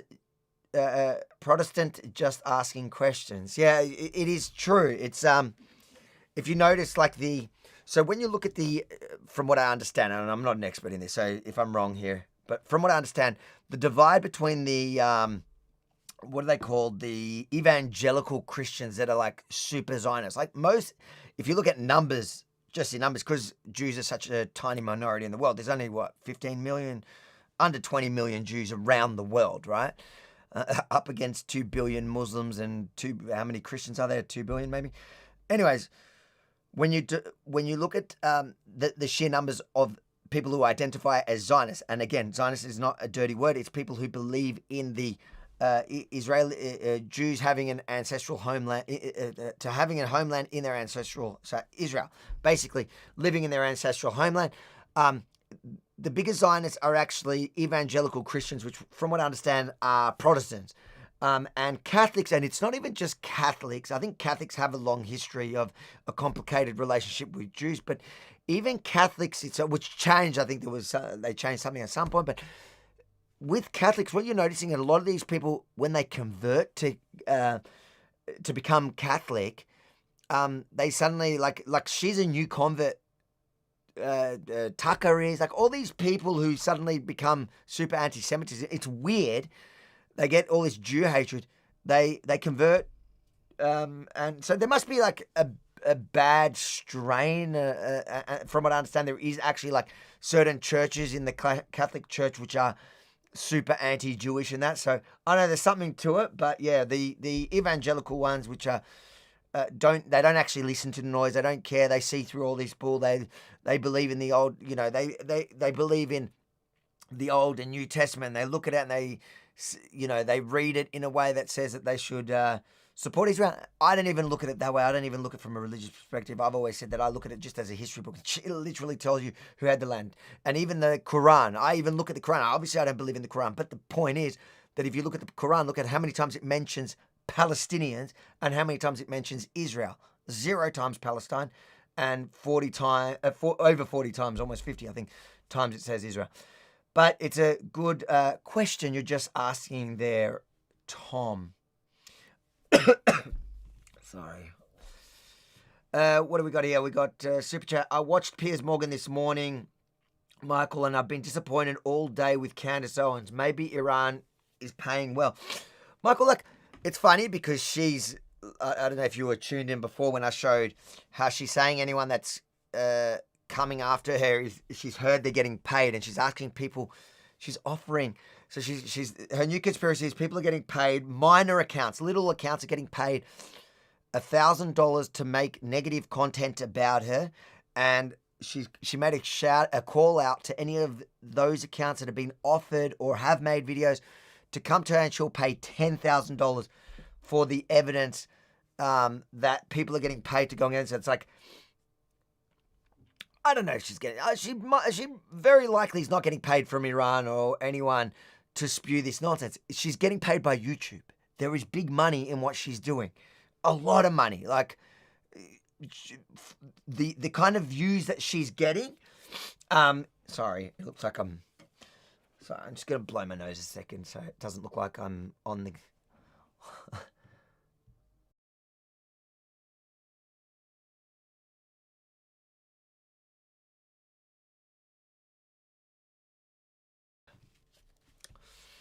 Yeah, it looks like I'm on the nose beers. My wife usually, when she's watching at night, she tells me to stop scratching my nose. Yeah, so I don't think she's necessarily paid by anyone because, like, really, they would have to pay her a lot. She'd be making, you know, over $100,000, I reckon, a month just on advertising from YouTube. I wish I had those numbers too, but I'm not going to sell my soul for it. She clearly doesn't care. All right, let's keep watching. One of the many reasons I think he should go. But there was no doubt that the Israelis pulled out of Gaza and allowed them to have elections, and they elected Hamas, and the rest has been disastrous history. Because the Israelis funded, because Bibi Netanyahu, they funded Hamas. I don't disagree with you, but they still had elections. So it's like we rigged an election, but look what the election results. No one ever says they rigged the election, so she makes it up. Another fact, she just throws that in, makes it up, no evidence. No one's even claiming that. She literally just throws it in there to sow some doubt. No one ever said Israel rigged the election for Hamas to win. No, at the time, the Gazans voted in Hamas. They've never had an election since then, and the Fatah didn't want to give up power, so there became a civil war. And at that point, Israel was supporting kind of the conflict there so that they fight each other instead of Israel. Show is that they wanted to put Hamas into power. And so when we talk about who is funding these terrorists, the answer is Bibi Netanyahu. And I don't want to get into his corruption trials, but every single person watching this right now should go pursue the documentary, The Bibi Files, because it is absolutely stunning to understand. I believe one of the reasons. It's funny and whatever. I don't really care about the corruption with Bibi. She doesn't even care about Bibi. She doesn't care. It's all about Israel. She goes as far back as the Holocaust and, you know, the refugees from the Holocaust and the refugees from that. Like, she goes that far back. Bibi wasn't around then. Her problem is not with Bibi Netanyahu, but it's another way to discredit anything Israel, anything Jewish. And it's a lefty argument. That's what the left did for years about Trump. He's a convicted felon. He's corrupt. She is a leftist. It is. I believe one of the reasons. Let me answer the question, because you still haven't given me anything other than, like, you guys get a pat on the back for supporting this created nation in the Middle East. I also just like to say all of created nation, and like I said, she's meant to be a Christian, and Israel. So that piece of land, for those of you who don't know, has only ever historically been autonomous 2 other times prior to the rebirth of Israel in 1948. 2 other times. And both times it was Jews who ruled over it. Palestinians never ruled themselves on that land. The people that call themselves Palestinians, no one else has. Before 1948, it was the British Mandate of Palestine. Before that, it was the Ottomans. It was all different colonizers through many thousands of years. The only time anyone has ruled that land for themselves has been Jews. So claiming like it's a created land, it's again rewriting history. The bad things that we have gotten because of our continued relation with. with Israel. You First and foremost, the open borders. And you can relate to this. People in the UK, they just can't seem to connect the dots. All right. Oh my gosh, what's happening let me here? get a word in. But I want to say this. Okay, we don't understand where all these refugees are coming from. Oh my God, where are all these refugees coming from? Who's funding them coming over into these borders? Well, this is what you get when you keep supporting these nonstop wars, when you keep bombing where these people live. And it's not even just a conspiracy, by the way. If you're like, oh, well actually, you know, I mean, you're wrong about this, because the vast majority of of people coming into the UK illegally are not coming from war-torn countries in the Middle East. They're actually economic migrants. I mean, okay. So that's not true. Okay, but let's connect that. Let's connect that. When you say economic migrants, are we talking about like people who literally want to come to the UK for a better life? And when Gaddafi was heading up Libya and the country was on the up and up, and he was working with the United Nations. Remember I told you before, like they take elements of truth and then they somehow twist it to blame Israel. Yes, when there are conflicts, by definition, there are refugees, real refugees, and there's real refugees, and then there's economic refugees. Real refugees are generally, they're more when there's civil unrest and one minority is being targeted, and that's without Western intervention. That just happens, especially in the Middle East, absolutely without Western intervention. It's when you have all the different Arab tribal backwards culture fighting each other. The Middle East is a tribal place. So then, you know, you've got your first, most obvious, largest tribes like your Shia and your Shia and Sunni Muslims. And then there's about 50,000 factions. Just look at what happened in Syria. It's all now, yes, and it's also true that when the West goes in for forever wars and, you know, devastate a country like Iran and Afghanistan and whatever, and also they bring people, like in Afghanistan, they bring a whole lot of people to help them, you know, help the allies in one way or another. And then when they withdrew in the craziest way that they withdrew, they had to give safety to, or they were supposed to give safety to the people who helped them in their missions. And that's how we got a whole heap of Afghani refugees. Now, firstly, to blame that all on Jews is like taking zero responsibility for your government's actions in that time, like in Afghanistan. Like Afghanistan had nothing. I don't even know how you tie Afghanistan to Israel. Israel's never really, it's so far from Israel. They don't care. There's never been an issue with Israel. That was your war, your government's war after 9/11. I know she blames 9/11 on the Jews too, but let's pretend at the time, like whatever, that war was executed by the West for the West, by America for America. And then when they left, they had to give refugee to all the people that had helped them, or they were supposed to. And we took a lot in Australia here too. But the majority of migrants, which is what Piers is talking about, are actually economic migrants that come every day now, not in wartime. They claim asylum for refugee purposes. They claim that they're being persecuted, but really they're just looking for a better life. That's a vast majority, and it has nothing to do with Jews. The other argument that people like Candace makes is that Jews support open borders, but it's not true. That's like saying Christians support open borders because there are some lefty Christians that support open borders.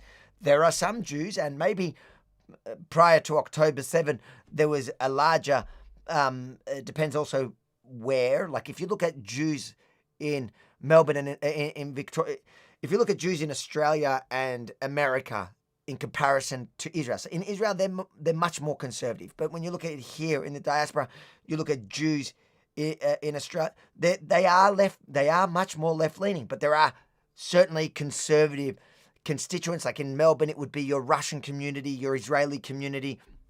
They're very conservative. And since October 7, a lot more of the community has moved much more, at least to the center or to the right, and especially on issues like immigration, because they realized what Australia is going to realize in time, that bringing in people that hate us is only going to end badly. And we've already felt the brunt of it because obviously for the last 2 years, there's been these mass protests, there's been, you know, Jews targeted on the streets, Jews bashed, Jews, synagogues burnt down, kindergartens burnt down, cars, homes. So it's become unsafe and like I've called it out for many, many years. I've called out the Jewish organizations that were pushing open immigration, but it's not because of Israel's wars. It's more often than not because of America's wars. Quick super chat. Jay-Z says, you never got back to me, and you keep paying attention to the wrong things. Candace Owens is a complete fool. The fact you are paying attention to her is unfathomable. Unfathomable. Let me help you. Look, I understand that that criticism. I do get it from time to time where people tell me, well, why are you watching it? She's a nutcase or whatever. Candace Owens has a massive platform. Like, I'm nothing compared to her. I know she's triggered by my tweets on her show, but she has a huge audience. So it's not like I'm giving her a platform. I'm just trying to do my little bit to like, you can see in the comments, I get a lot of hate for doing it from people that love her. And it's not them I'm doing this for. I'm doing it to arm people who are either in the middle to point out her hypocrisies, her lies, like everything that we're discussing in this live, but also to give people something to point out when they want to argue back, because we all come across all her short videos on, you can't escape it. It's everywhere. You always see her clips being celebrated by people as if she's like, that she's some sort of truth-telling, honest reporter. And so I think it's important to actually, show people her lies, her deception, her half-truths, her everything we're showing here. I think it's important to do it. So if you already know that and you know this information, you don't necessarily have to watch it. But you can watch it to help me in the comments if you think I've missed something. No, you're not. You're not as hot as Candace Avi. That's the problem. I know. That's what I'm probably also not as tall. All right, let's keep watching for those who do want to keep. And then all of a sudden, he warned that if you collapse Libya and turn it into a place where refugees are escaping, that this is going to be your problem, Europe. He warned that. So then it actually happened. And now we're just calling them economic migrants. We're going to pretend I'm not that we had talking nothing about to people do. coming from Libya. Yeah. Okay, where are you speaking about? Well, for example, I think it was last year, a third of all the people who came into the UK on the border on the small boats illegally, it turned out were young economic migrant males from Albania, which last time I checked, we hadn't invaded. So look, let me pull you back to something you said. Wait, P.S. Please give her a second to find a way to twist it and blame the Jews. I love that meme. There's a meme online that with Jordan Peterson sitting there. I'll find it. I'll find it. Which has caused a lot of controversy, which is this issue of dishonorable discharge. Let's take a listen. I do believe that if war in Iran is on the agenda, and that appears so, get dishonorably discharged. Who cares? Who cares? Why should you go die in a foreign land? You now have the benefit of 2020. You can see, think about those men and those women who died because they were pitched that they were serving their country because there were weapons of mass destruction, right? They were serving their country because the Taliban, they were serving their country, whatever, and these people gave up their lives. And ask yourselves, for what? And the answer to that question is for the elites. They're like toy soldiers. When you said that, I can't find the meme, but there was a meme of Jordan Peterson sitting on the couch, basically giving her a psych session, and says, "Is the Jew in the room with us?" Because that is what Candace Owens has morphed into. It's all about, like, she sees Jews everywhere. And I really wish Piers didn't cut her off and he handed her the rope, explain why the vast majority of economic migrants coming illegally into the UK are from Albania. How would she blame the Jews for that? Were you aware of the repercussions if people dishonorably discharged? So just to put this into context, this is like the live Q&A portion at the end of my show. And being facetious, but also being completely honest, that they should begin to consider, and that was somebody asking, what should we do? Like, should we leave the military? Because they also do you regret are saying recognizing that? No, I don't regret saying that. I don't regret you know the having repercussions. Candace Owens can never say she was wrong or sorry. And we've learnt that clearly in the last week when she got everything wrong and she should apologise to Trump. Do discharge dishonorably. Okay, well, I would imagine that the people that are in the military who were going to, if they were going to listen to my podcast and they were going to dishonorably discharge, that they would know the consequences. So it's completely ridiculous. And again, we see this over and over again where people can't answer the broader questions. They try to suddenly peg in, well, you said this one thing. No, the broader conversation that we are having. Candace, it's not a small thing. No, she's literally telling people in the army to break the law and go AWOL. Like to commit a crime and a crime against the state. She's literally treasonous. She's a traitor. She is not America first. She is her hate for Israel and the Jews far precedes her America first agenda. Because if you're America first, you will support the troops no matter what. Finish. Let me finish. You're encouraging U.S. servicemen and women to dishonorably discharge. You play a clip, and I'm trying to answer it. You can't do that. You ask a question. Well, you're trying to downplay it, and I'm responding. No, I am. No, you're trying to upplay it. Is what the issue is. This is exactly. I'm just repeating what you said. No, you're not. You're playing what I said, and I'm responding to it and telling you that the broader piece of that conversation, when you have troops that are now asking that question, is they are recognizing that America is in steep decline. That our military. Candace Owens has never served a day in her life, and she doesn't also understand or know the military life and people that are in service. Like, I also have a lot of friends that served in the Australian Army who went to Afghanistan, Iraq. I served, obviously, in Israel. And the thing is, when you sign up to join the armed forces, you're not afraid of going to combat. It's literally what you signed up for. In fact, like, it's sad to say, like, most soldiers who are signed up in combat roles they want that. Like, they want to be deployed because that's what you train for. So this idea that there's this widespread, I don't want to die for Israel war thing is just complete nonsense. It's in our own head. It's like one person that's written her a message, and she's telling them all to quit to break the law and quit the forces, and to downplay it when you have so many followers is insane.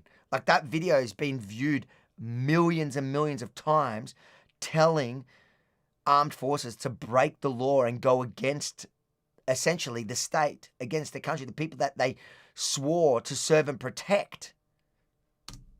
Comes back and they are treated like dirt. That a lot of these men, and we're talking about decades, white American males come back and they're told that they're racist and they're treated like crap, that they're white supremacists, that they have a different vision for this country. So why are they dying in these overseas wars for Bibi Netanyahu? Okay, and let me again try to answer that question that I asked you at the beginning, which is, what has Zionism won America? I'm not going what to keep coming back to the same thing. No, let me. She can't answer it. She wants to deflect from her insane call to defect from the army. And it's probably illegal. Like, I imagine that is illegal, an incitement to people to defect. Like, she's trying to deflect by going back to, well, we don't want to die for Israel's, for Bibi Netanyahu's wars. And then on top of that, I want to go back to what has Israel brought to the world? That's literally what the question is. It's not, Zionism is just the idea that you're an Israeli patriot, essentially. So what has Israel brought to the world? That's what you want to go back to when you're telling people to disaffect from the army. Baz, thank you for another super chat. Really appreciate it. COVID made you follow you.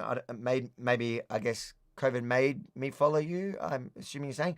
I support the show now because I want to be on the team with the space lasers. Great show, brother. Appreciate it. Yes. Listen, as a good Jew, I will start renting out my space laser. Listen, for the group that controls the world, controls the media, controls the social media, controls everything, these people, like with the boogeyman for Candace Owens and co, we really suck at controlling the narrative. Sorry, Baz has put another one because, I am sick of my typos. I should put my glasses on before proceeding.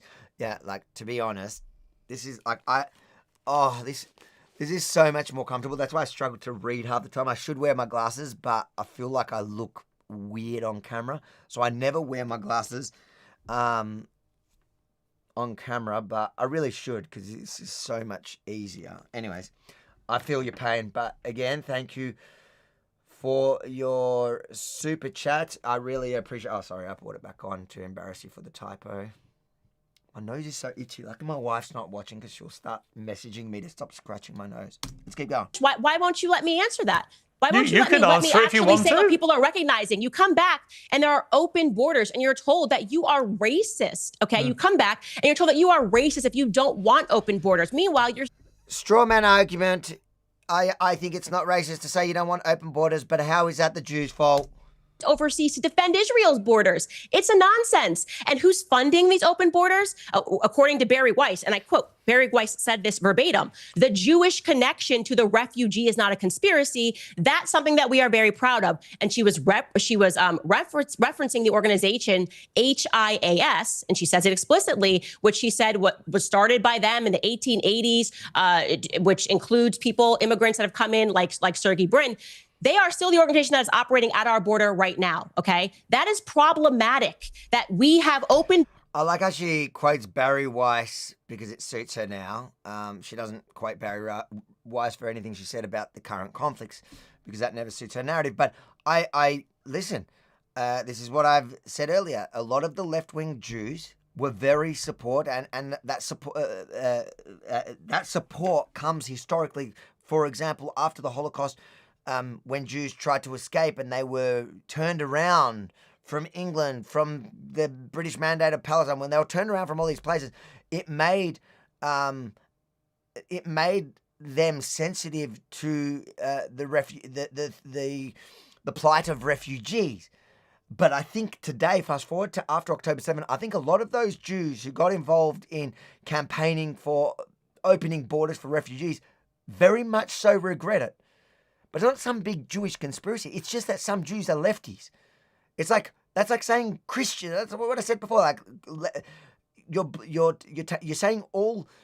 You find a group of Christian lefties, and there's a heap of them in Australia, and then saying that, oh well, you're attributing it to their Christianity that they're lefties, not that their mental illness. You know, just like Candace Owens here. Like, it's her mental illness is her mental illness. It's not the fact that she's a Christian or she's black or whatever, anything else to do with her identity. It comes from her mental illness. Michael here says, some Aussies here say we don't care about Australia. That's so incorrect. The lefties don't care about Australia. We need people like Avi or we believe the lies. I appreciate the support, and I totally agree with you. Like, I ignore the naysayers. I ignore people that tell me to shut up and just talk about Australia. I think that everything here that she's talking about, everything can be applied to what's happening here. And when people tell me to stop talking about the conflict in Israel and Gaza or Israel and Iran, it's like, dude, it is literally what dominates the headlines here. It's also what dominates look what's happening on our streets since October 7. It's been the central cause of so many problems of breakdown of social cohesion here in Australia, and it's all tied into the immigration subject conversation. Like, so many of the issues that we're seeing play out on the streets is because of these subjects. So if you don't like my perspective, I'd say, well, if you're coming from a genuine good faith place, you're probably going to wake up at one point and realize I was right. And it's not because I am biased because I happen to also be Israeli. It's right because it's right, and I tried to warn you. What have we got here? 1 second. We got Julian, thank you for the super chat. Avi, what do we say? Avi, cover Operation Timber Sycamore, CIA and IDF arming ISIS, Al-Qaeda, rebels since Obama. It's all theater by design. Look, I don't I'm not going to sit here and pretend I know what Operation Timber Sycamore. I can probably look it up, educate myself after. Did the CIA, I don't know if the IDF armed and trained ISIS. That sounds a bit suspicious, but the CIA definitely armed and trained Al-Qaeda. That's no secret. No one denies it.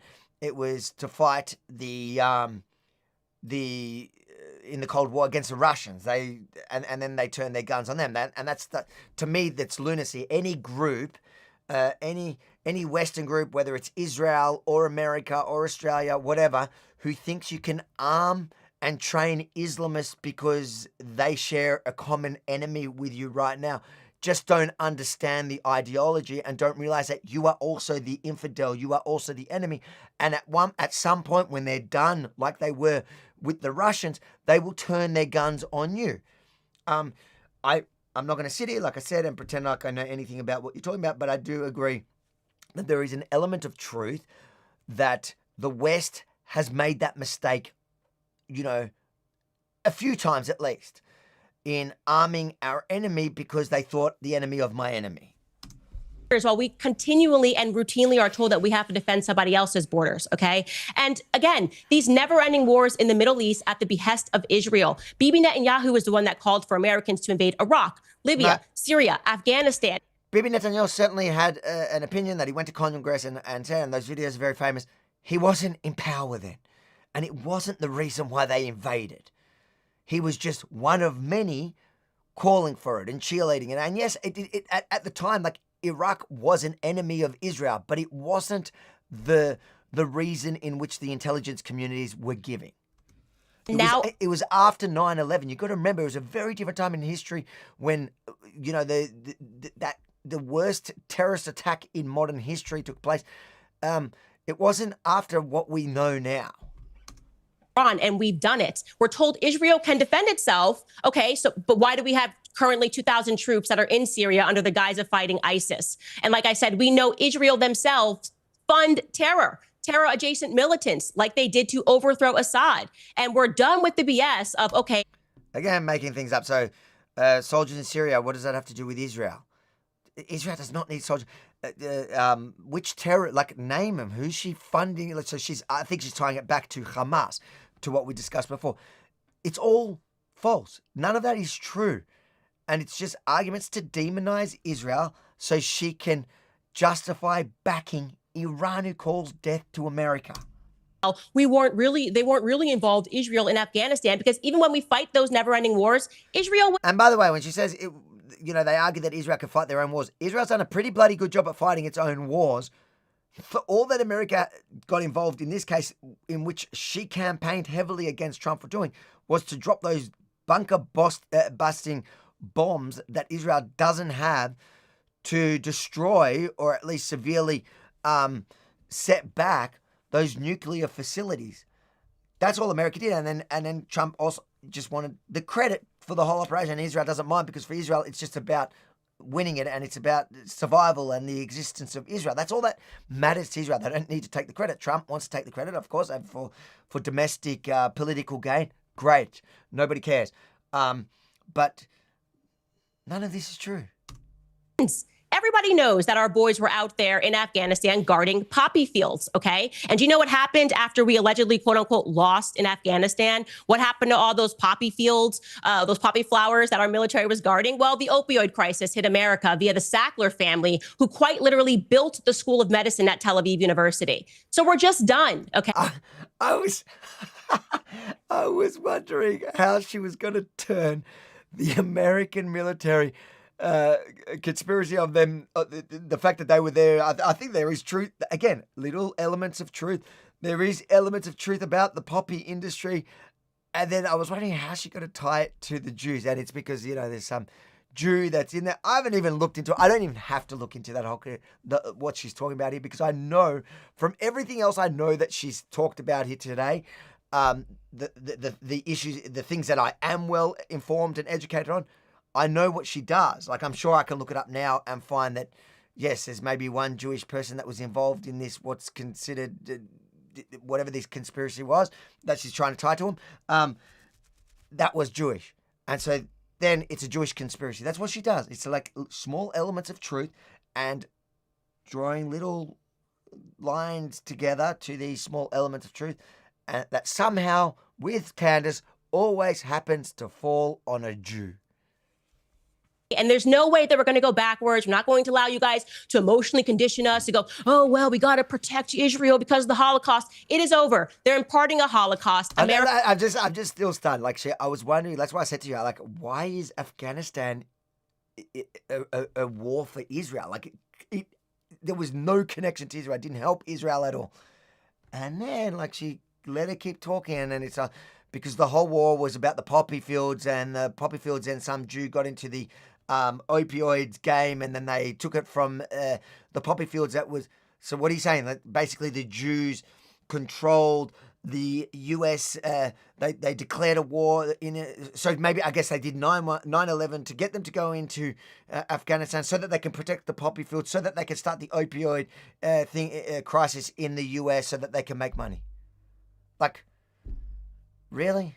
That's, like, if that is to the extent that we can go, that's the kind of evidence we need to blame everything on Jews. It's like, I can see how easy it is to blame everything on Jews. But now apply that to, like, every time you find a Christian in anything, you can do the same, but she'll never do it. I wonder why. But like off this crazy train. Okay, for the benefit of viewers who don't know what I was talking about, under the Uniform Code of Military Justice, Article 19, dishonourable discharge can result in forfeiture of all pay and allowances up to 5 years confinement, which is a pretty heavy penalty to pay. Yeah, I'd want my... That she was encouraging her followers to do. She's meant to care about them. Like, you're insane. Kids to go to jail before they fought for Israel. I'll say that honestly. Kids. Okay. I would. I have 3 sons, and I'm going to be honest with you, Pierce. I'm glad you told me that consequence. I take that consequence any day to them being sent back over in a coffin because they died for Israel. So. Okay, but I think the one thing you're missing. Look, I come from a big military family, a lot of military in my family, and a lot of people fighting wars on behalf of the United States are not doing it because they think Bibi Netanyahu wants them to. They're doing it because Some of them do that, and they write into my show and I answer the question. But many of them won't, and they might be offended by you suggesting that's the only reason they're doing it. And they can watch your show, and they can be offended all they want, but I think it's more offensive the way that our military is treated, the veterans are treated, and the gaslighting that takes place when we're told that we have to defend everybody's borders. Yeah, look, Uriel, straight on. Thanks for this super chat. For Candace, every problem is a nail. What is that? Every problem is a nail Israel, so she can hammer the Jew, and that's my point. That's what I was trying to get at. Like, I could waste 5 minutes just looking up the conspiracy that she just casually said without any pushback from Piers, because obviously Piers also, why would he even know that? But it's so far-fetched. Even if you just listen to what she's saying, it doesn't, like, it's so crazy to think that that's why America went into Afghanistan, and it was all just to help the Jewish poppy heroin trade or whatever. But yeah, that's exactly what she's done. And that's clearly become the problem with Candace.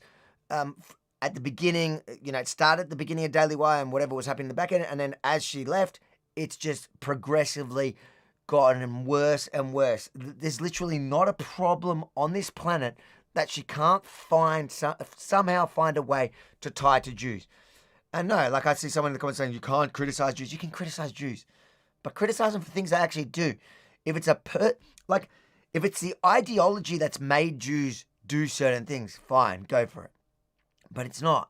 She's never claiming that. She's just saying that she finds a particular person that happens to be Jewish who she says does something wrong. I want to actually check what their involvement is, but I'm not even going to bother because, like Uriel just said here, it's just she basically looks as hard as she can. She goes, okay, so how can we tie this to a Jew? What Jews were involved in anything surrounding this issue? Oh, perfect. Or is Israel in the vicinity? Like, even Afghanistan.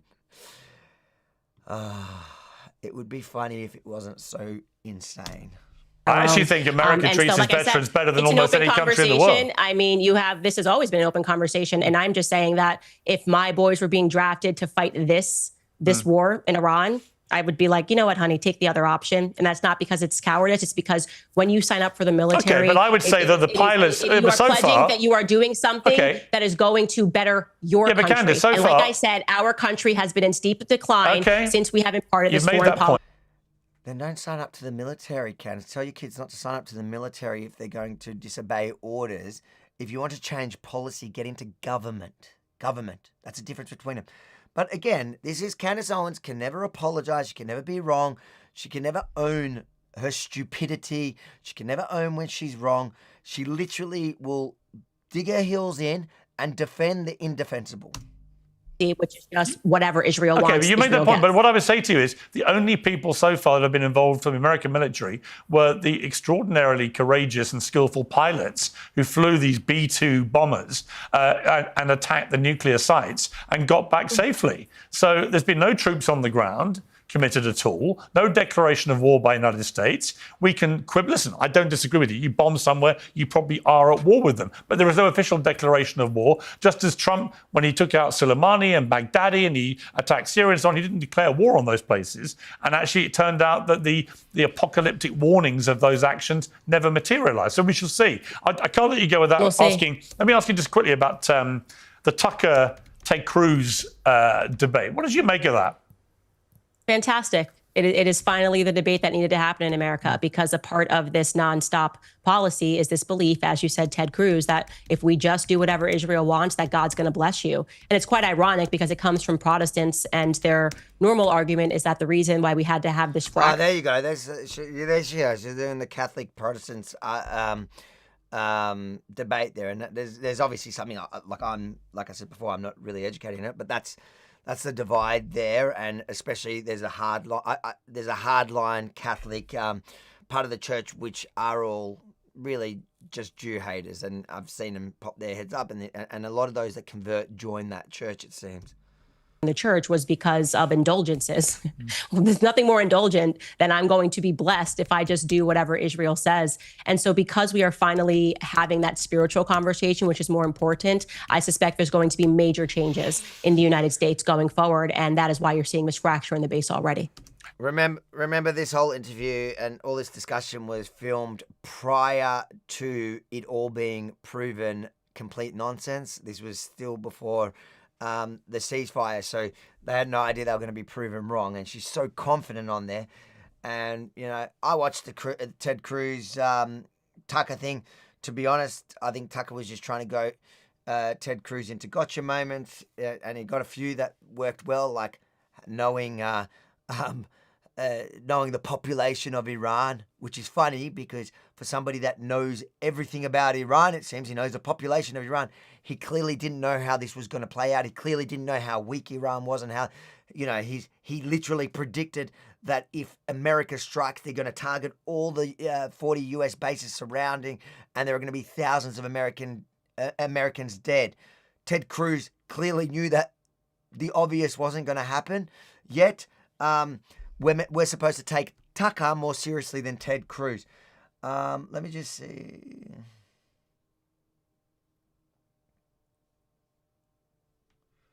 Anyway, all right, let's try and look something else up. Tucker, according to Donald Trump, Tucker rang Trump to apologize for some of the more strident rhetoric he's used against him. Because Tucker at least has more sense. That's what I said to you. He's more sophisticated than Candace. He just got caught out finally in the last week and a half because of his, hyperbolic and his grand predictions of, Armageddon. Are you done with Donald Trump, or could you see a way that you would end up perhaps voting for him? He can't run again, obviously, but would you support him publicly again?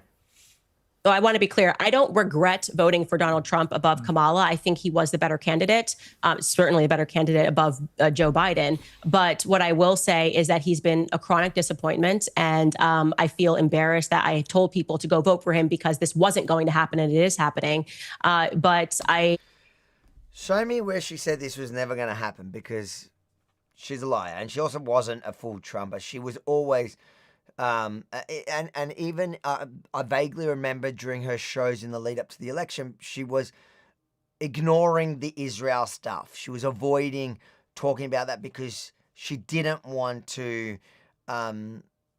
because Trump was always really transparent on his position when it came to Israel and Iran, and so she never promised that would never happen.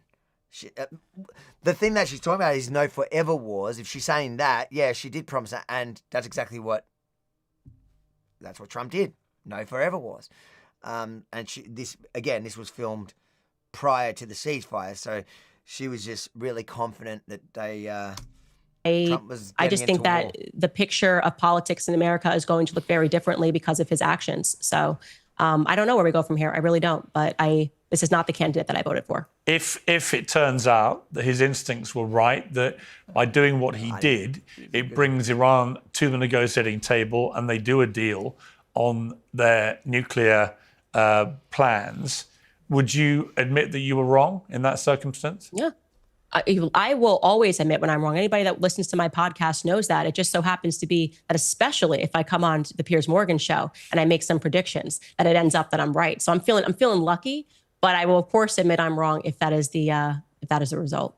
Candace, always good to have. Holy moly. She never admits she's wrong. She has not she has not said she's wrong. She hasn't apologized for it. She is such a liar. Like, she can just lie with a straight face to anyone. It is mind-boggling to me that anyone would still defend her when she got everything wrong and then promised on the biggest probably political show now that she would apologize if she was wrong about this World War III. She was wrong. She hasn't apologized. She's doubled down, and like she always does, she's digged her heels in and she's twisted and she said that she's gaslighting now about it all. Okay. Anyways, that's funny. The reaction that there is a reaction that I've seen going viral by Stephen Crowder. No matter what you feel about him, let's have a watch what he was saying about her and her whole shtick in that time. I'm reading her actual ex-post. Get ready, white American men. It's time for you to go die for Israel again. If you don't want to die for Israel, then you are an anti-Semite. Sign up to die in Iran for Netanyahu today, or just admit you hate Jews. Here's another one. They tried to redefine anti-Semitism, criminalize criticism of Israel on college campuses. Not true. Most crucially, seed the idea that the declaration of Christ as our king amounted to hatred against Jews. Also not accurate. All of this was done in preparation for the Greater Israel agenda, regarding which they attempted to emotionally manipulate Americans to accept. The conspiracy theorists were right again. It was always about a planned war with Iran and a doomed, heretical belief that mass slaughter of women and children is messianic. Let me read that again. It was always about a planned war. Where's the planned war? It's all part of the plan. Yeah. This wasn't presented as an opinion. This was presented to you as fact. Yes. And I had many people go, this is clearly a planned war for Israel. That's clearly what Donald Trump is doing. He's trying to get us in. Is that what you're seeing? If it's not what you're seeing. And that's the thing. Like, so many people regurgitate her talking points. In my comments, I say, even now, like, you guys who are following her blindly, like, she's just, it's confirmation bias. She's telling you what you want to hear, and you're just repeating it. And it's to the rest of us, like to people, forget about people on the other side, like to anyone who's at least honest with themselves, they can see she was wrong about it all. And you're the loser sitting there still defending her. This was dishonest. Here's another one. Our foreign policy is dictated by Israel. They don't know what the fuck they're doing. That seem like it's dictated by Israel? That's part of the plan. Yeah. Deception. Trump will continue to do as he is told by Netanyahu. Don't drop the bombs. Okay, we won't. That sounds to me like one person's in charge. And here's the thing. That's a good thing. Shouldn't we be happy about this, guys? Shouldn't we be happy that Donald Trump at a certain point had enough and said jump, and they said how high? Both sides. Trump will continue to do as he is told by Netanyahu. If you want to know what America will do, spare yourself the fake White House press briefings and start listening to Bibi. We are a colony of Israel. Your politicians are bought and paid for. Taking separate components, there are politicians bought and paid for by AIPAC, by the way. I can't stand AIPAC for the same reason that I hate Act Blue. They support Hakeem Jeffries. But combining that and saying that we are a colony of Israel, and spare yourself the fake White House press briefings. Also implications that everything here, everyone who disagrees, was fake.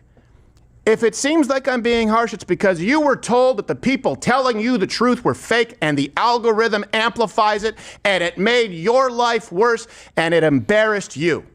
You get it? By the way, the worst part is... Yeah, on point. I saw that going off on X, and I don't care how you feel about Crowder. It is true, and I think a lot of, when she was cheering on, she was hoping thousands of Americans would be dead, because then she could say "I told you so," and it would boost her rating. It would boost her legitimacy, and now it's just done the opposite. And there are a lot of people who can clearly see that she made all these predictions, will not apologize, even though she said she would say she was wrong when she was wrong, and now she has zero credibility. How long have we been streaming that I can't even talk? Almost 3 hours. She has zero credibility left, and it's literally the suckers that are stuck supporting her. Yeah, and look, there was a bunch of other little videos that we were watching where she was taking credit for World War III was already here, her and Ian Carroll. None of it happened. She should apologize. She should be embarrassed, and so should anybody who's defending her at this point. Like, you guys have been taken for a ride.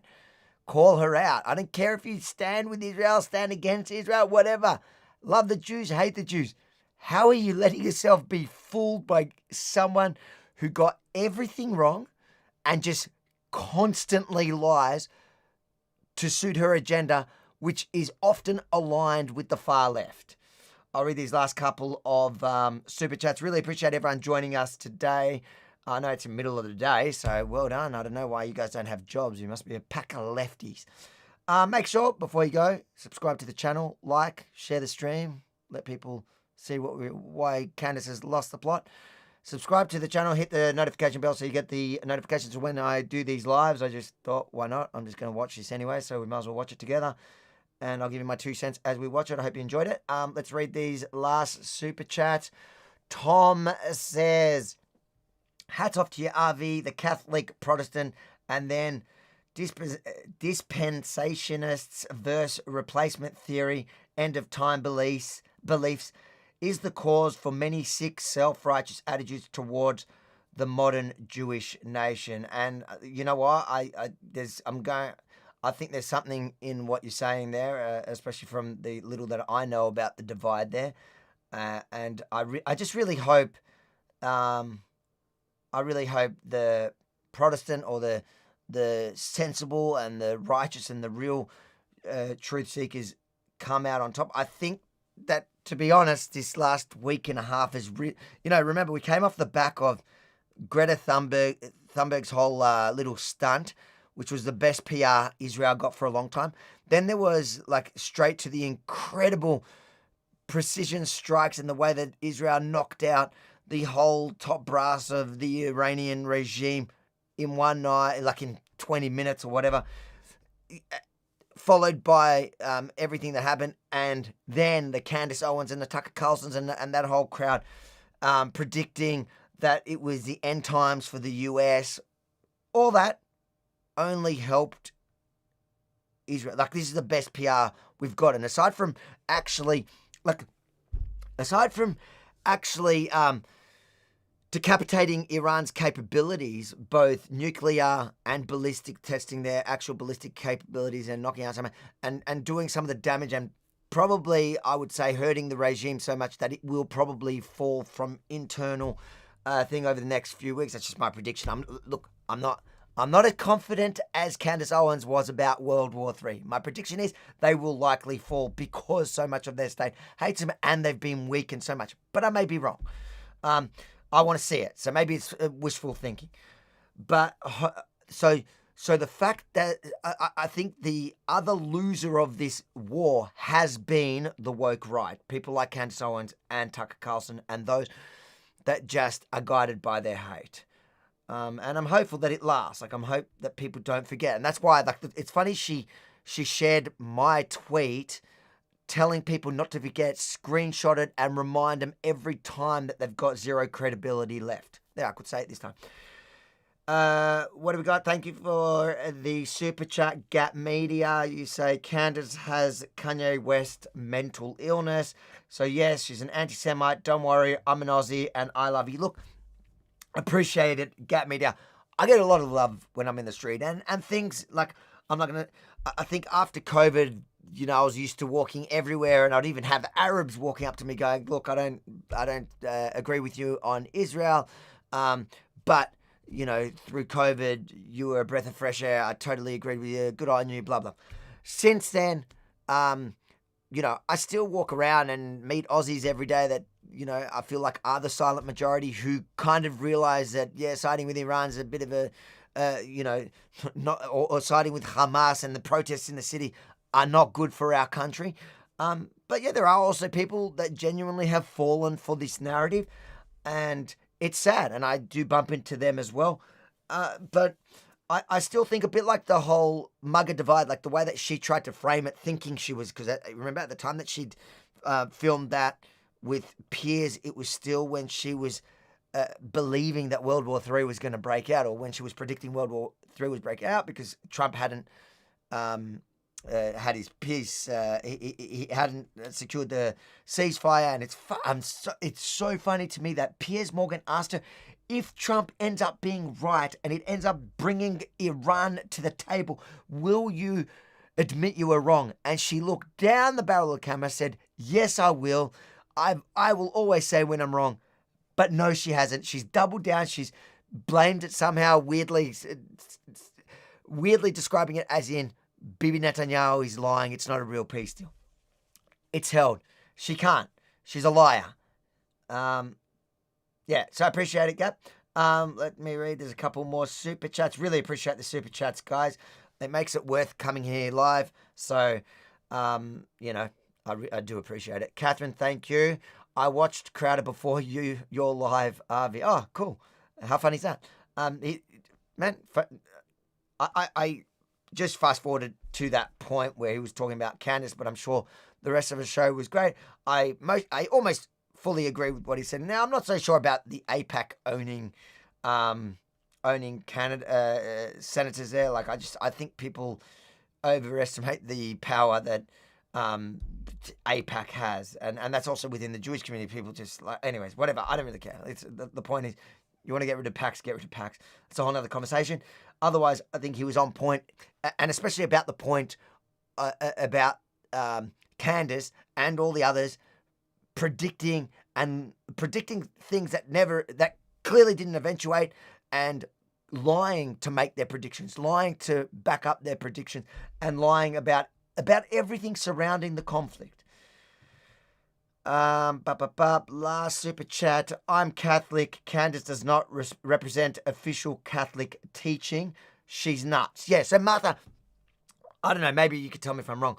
From what I understand, there are certain parts of the Catholic Church, just like I know in the Jewish community, there's elements of different communities that subscribe to certain beliefs and more radical beliefs. And there is, from what I understand, from what I've been told, is the church that she converted in, they are a radical anti-Israel, anti-Jew, anti-Zion, whatever you want to call it. People get all triggered about it, but they're blatant anti-Semites, and that's what I understand, that she's subscribed to that part of the Catholic Church. I know that there are lots of Catholics that love and support Israel as well. But it is the evangelicals that you see in the States are those Protestants. I believe they are. They're the ones that, you know, proudly identify as Zionists, that dirty word.